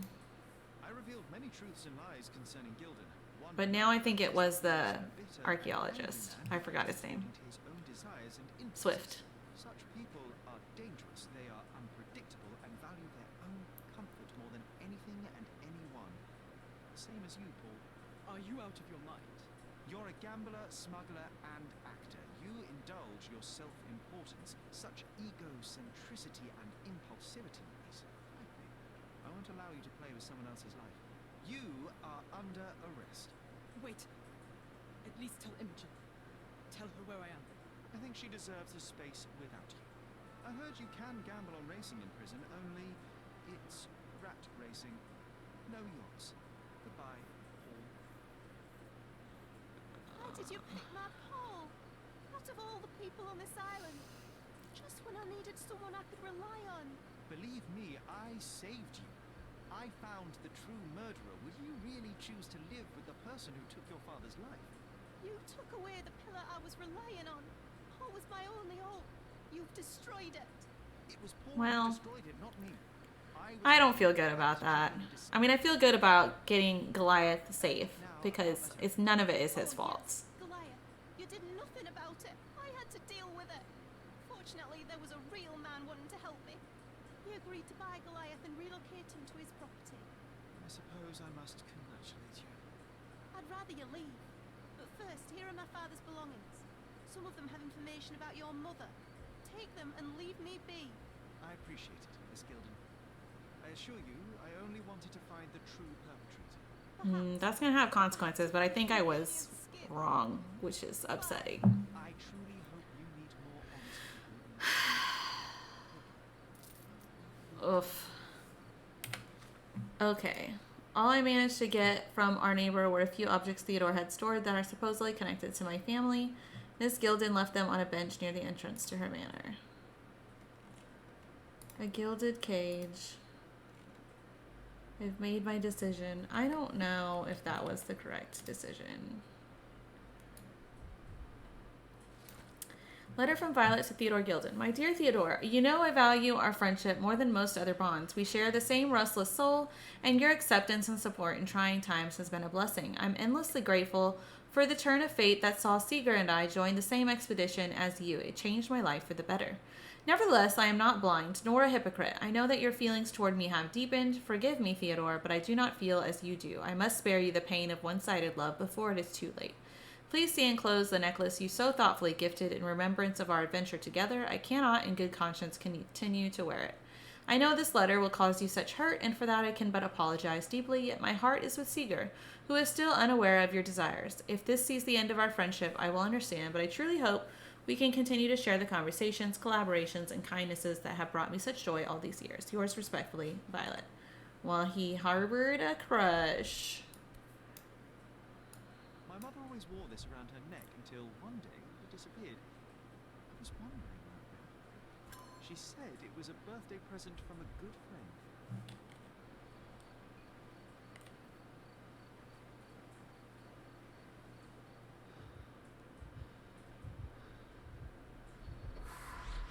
That was intense.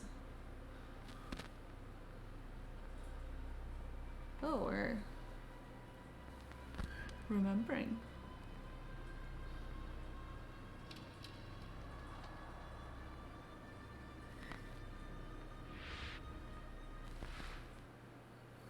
I just had another glimpse of a memory, John. It's fuzzy, but I'm sure it happened somewhere in the manor. Alright, let's finish off on the manor. It's been a long go today.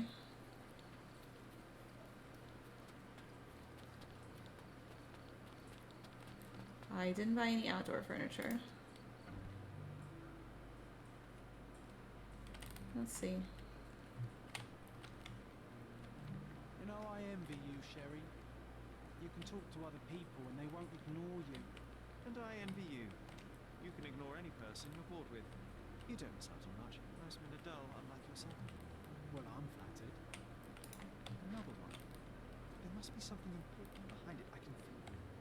I was looking for... Okay, so I have restored our family portrait. I remember that.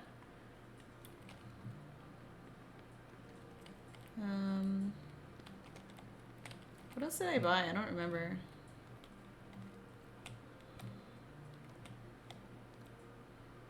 Nothing new that I can see here.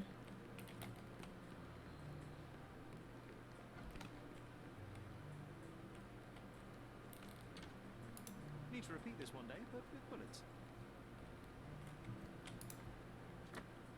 Oh, I missed this earlier. Cannot believe all my toys are still here. Hey, they were not just yours. They were half mine too.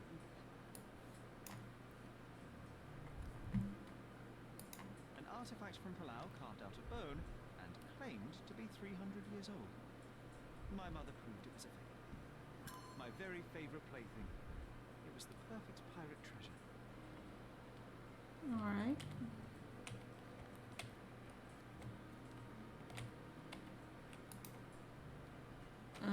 No, I already did that.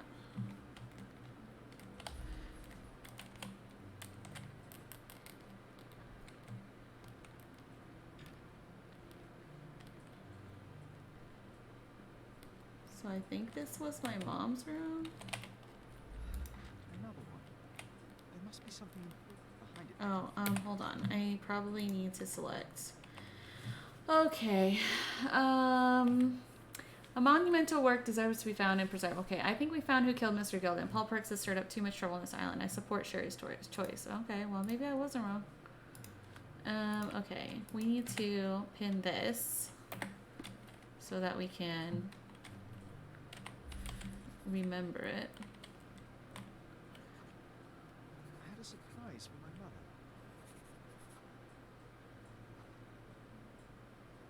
I was holding an ancient Greek vase. You had a shovel with you, John.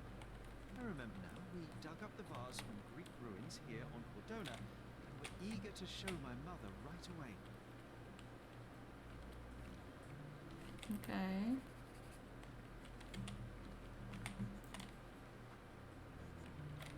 For some reason, the door was closed.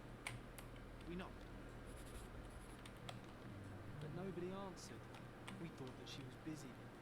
So we left the vase and ran downstairs.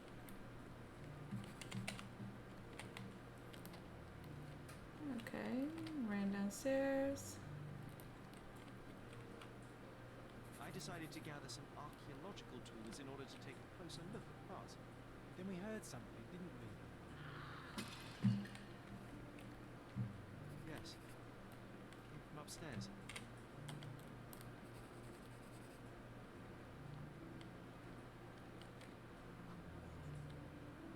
The vase was broken, shards scattered all over the floor.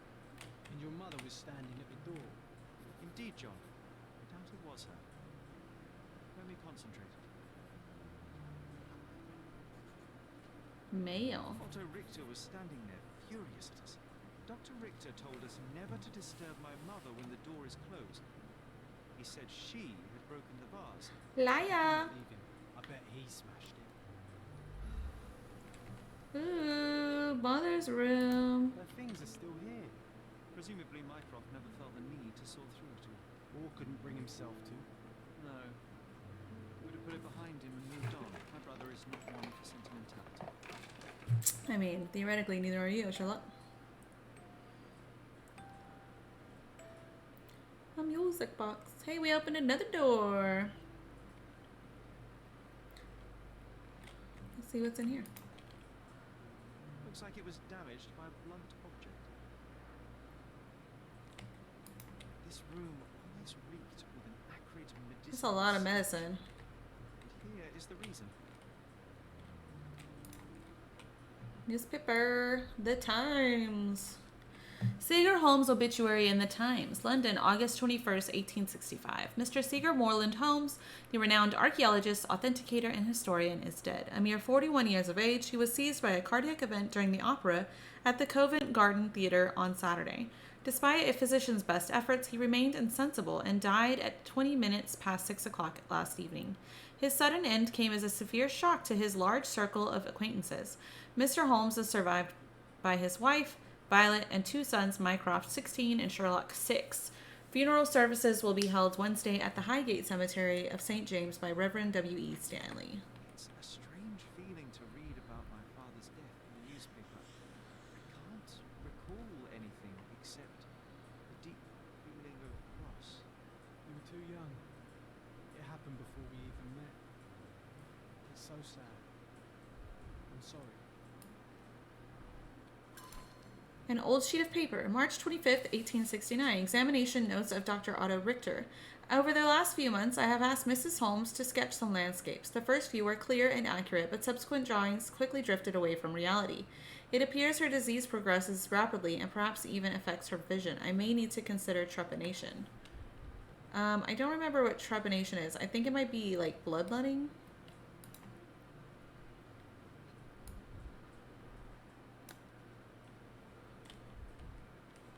Oh, I might be right about that. You think the doctor could have used these tools here? I hope not. Observations of Mrs. Violet Holmes, Dr. Otto Richter. 19th of May, 1868. Initial consultation revealed the patient suffers sleep problems, periods of anxiety, and slight confusion of memories. Prescribed a strong sedative to be administered daily and will continue to monitor symptoms. 3rd of August, 1868. Sedation has helped minimize anxiety attacks, but Mrs. Holmes now experiences catatonia, apathy, and prolonged depressive states. Moreover, the patient's confusion has worsened, and she has begun writing letters to her deceased husband as if he were alive.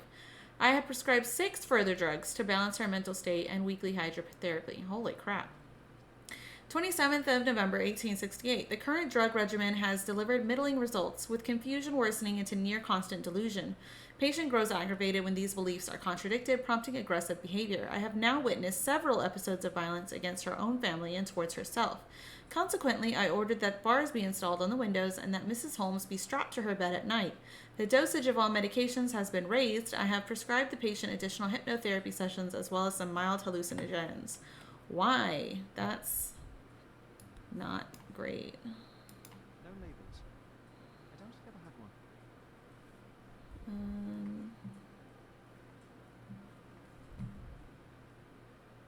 There appear to be residues of the bottles. Yeah, do a chemical analysis.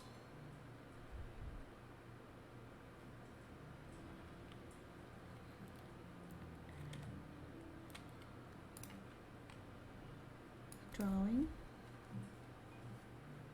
Oy. This picture was drawn by my mother. I recognize her hand. There's a date on it, 8th of December, 1868. Scissors, a feather fan, another drawing. This seems a bit odd. I can recognize my mother's style, but it's far too slow. Dated 12th of February, 1869. And then another one. Ooh. It's difficult to tell what this is meant to represent. There's no date at all.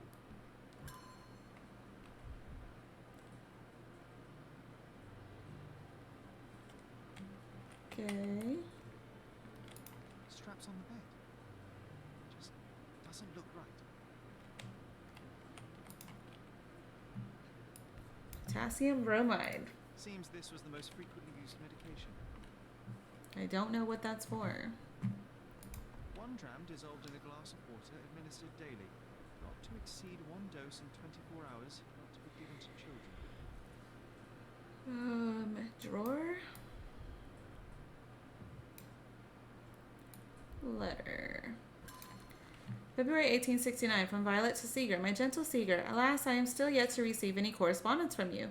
One presumes my previous letters are chasing you around the continent as you travel. I hope you are in good health and already on your way home. Forgive me my impatience, but life without your kind voice and bright eyes is scarcely worth living. The boys need their father around, too. I can tell that they miss you, though, as you well know, Mycroft is not one to wear his heart on his sleeve. In case my prior letters have been lost, know that we have relocated to Cordona. Please come back soon. Forever yours, Violet. February 1869. Let's make some memories.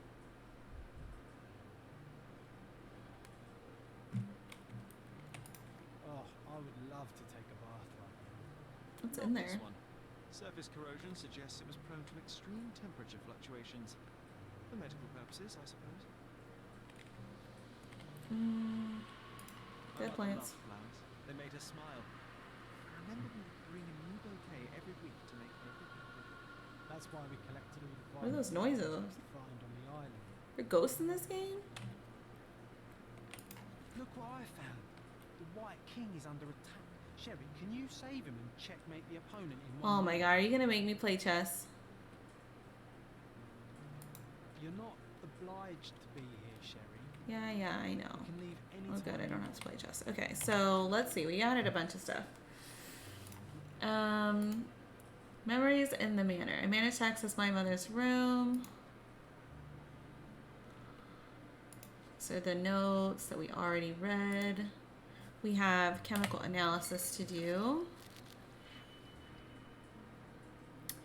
Holy crap, we've got more things. I don't know what some of these do. So we need -3 red, -4 green, and 5 blue. Okay. So,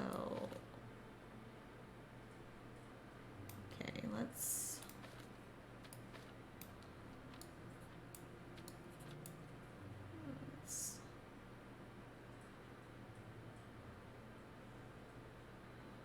hold on. I'm confusing myself. Okay.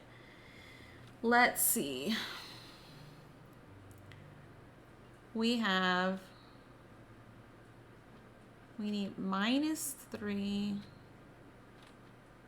But we only have, oh, we can do the minus there. Okay, so wait. Let me remember. We can do a -5 and a 1. So that gives us -4. And then we have 3. So we need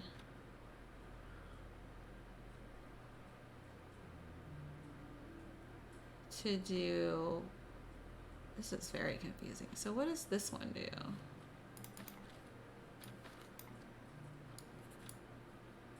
Oh, it just adds 1. Okay.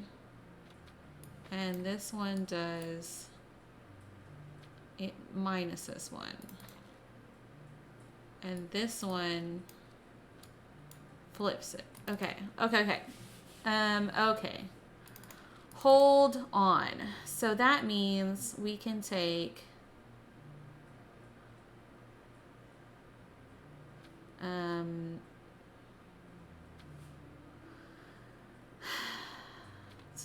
it's a strain in my brain. Okay, so we can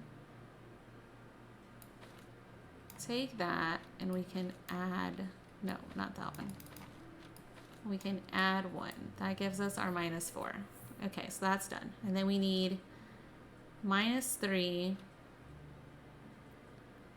and 5.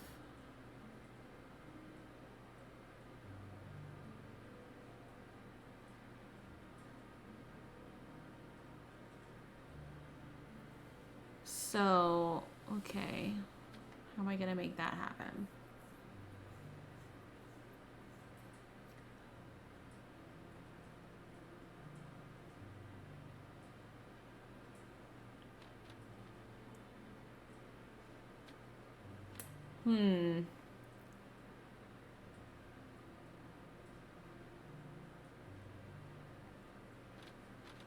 We can do this. So that gives us -3 and -4.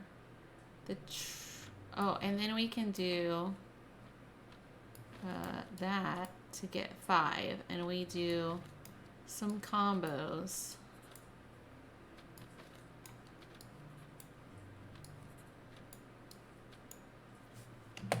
Okay. Analysis identified the substance as a hallucinogen derived from mushrooms. Okay.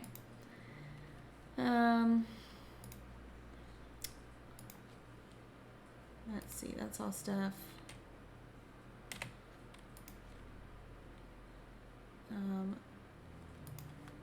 Memories. Okay, so the closed door. Sherlock's mother often mentioned her fascination with ancient Greek ruins located on Cordona.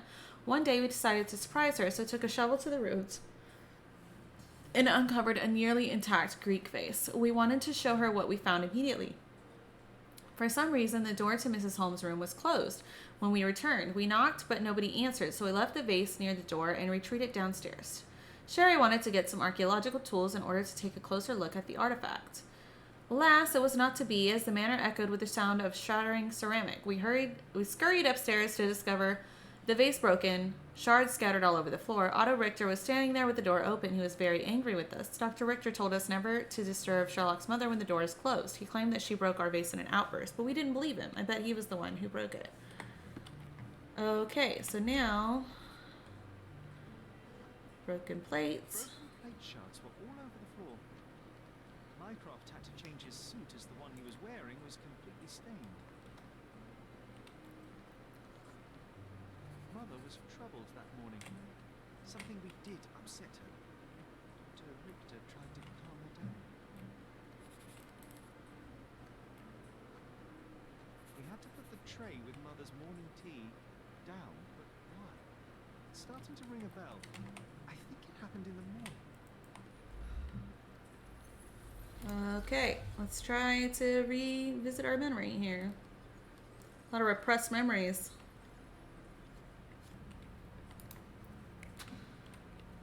That was Mycroft getting spilled on.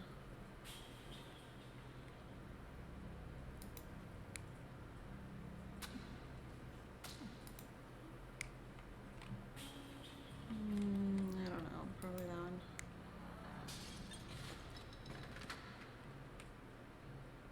Oh.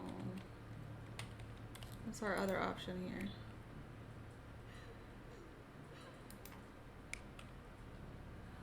Maybe that one, and then this will be the other one.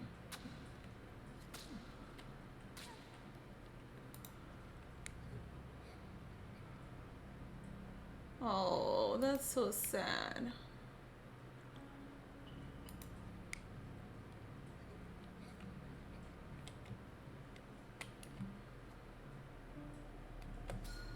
I don't believe you! Liars! Get away from me! It's not true! It's not real! Aw. Everything will be okay, Sherlock. I promise. Oh, poor Sherlock. It was the morning of the 9th of April, the day my mother died. The 9th of April started off badly. My mother was anxious, then hysterical. She threw food and shouted at the doctor, calling him a liar. John and I brought her morning tea, but when the shouts started, I became scared. The only thing I could think to do was hide near the bed and wait for everything to pass. Thankfully, John was there to protect me and calm me down. My mother, she was not just ill, but mad. God have mercy. I'm sorry. That explains why you locked the memory card. There must be more, John. That was the morning of her death. I need to know what happened. John. Every time you... I just don't... Aww. Please, Sherry, leave it be. Just breathe, John. You know that I cannot leave the last stone unturned. We are so Well, he's close. gonna unlock all his memories, and John's gonna disappear forever because he was helping protect him and repress his memories. That's what I think is gonna happen. I know. Can we at least leave it for another day? It cannot wait. Let us find another door and finally learn the truth. That's pointless, Sherry. To date, you have had no control over the return of these memories. It is all triggered by your work elsewhere on Cordona. You must accept that this will have to wait. Are you all right? It feels I don't feel like he'd be alright. sad. Like they're the memories of another man. I'm struggling to reconcile my love for my mother with the reality of who she was. And worse, what possessed Mycroft to lie about it? There are precious few pieces of this puzzle remaining, John. Let us dawdle here no longer. Indeed. Wait. Did you hear that? Yes. Metallic sobs. What is this sailor doing? Oh, memories in the manor. John felt sick after we recalled the morning of my mother's death. His reaction disturbed me. Someone is knocking at the door. Oh, now I can do it. Defend the king with the bishop. Save the king by retreating. Oh, nice move. You saved the king and checkmated the black king with the rook. Oh, wow. In real life, I would never have won that. I just want you to know I'm terrible at chess, much to my son's chagrin. Because he was in chess club.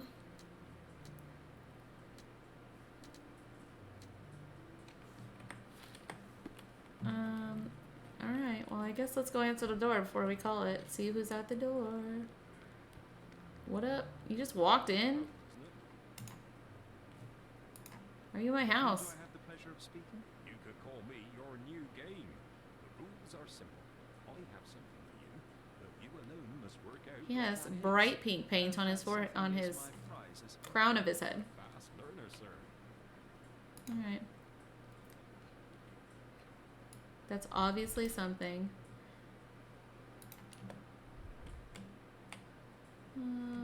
Stains on his shirt. Wine?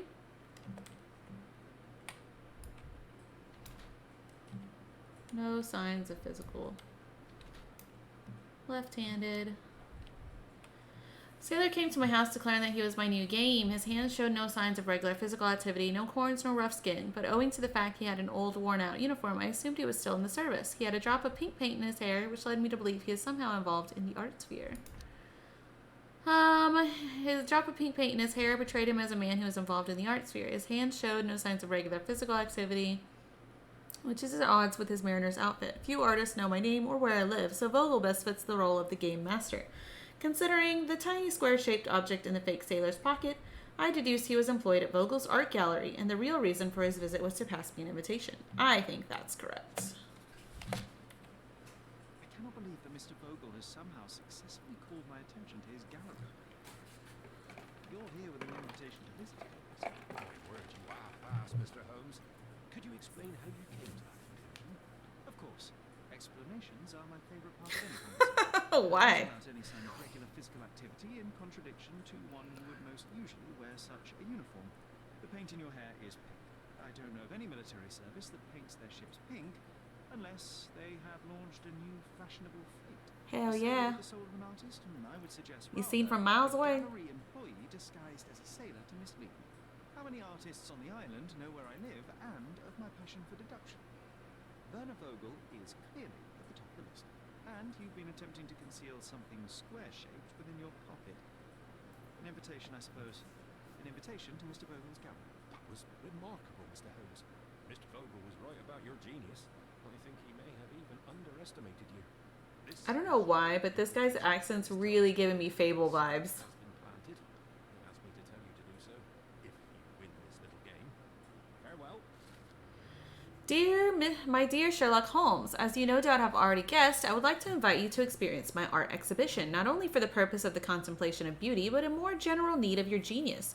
You will find the gallery at the Caravanserai at the crossroads of Bazaar Road and Hermes Avenue in Old City. Always your friend, B.B. But I think that is going to wait for next time. So thank you for joining me. I will be back tomorrow. I think because it's a holiday, I'm going to stream a little bit earlier in the day as well. I don't know what I'm going to stream. I might do some skirmishing in Demio because I've been enjoying that game. I might play some more Rogue Legacy. I might play some more Sherlock Holmes. I'm not sure, but I'll be around tomorrow. I will for sure play Rogue Legacy as planned tomorrow evening. Other than that, I'll do what I feel like whenever I feel like. So thank you for joining me. Thank you for watching me get incorrect deductions about an elephant.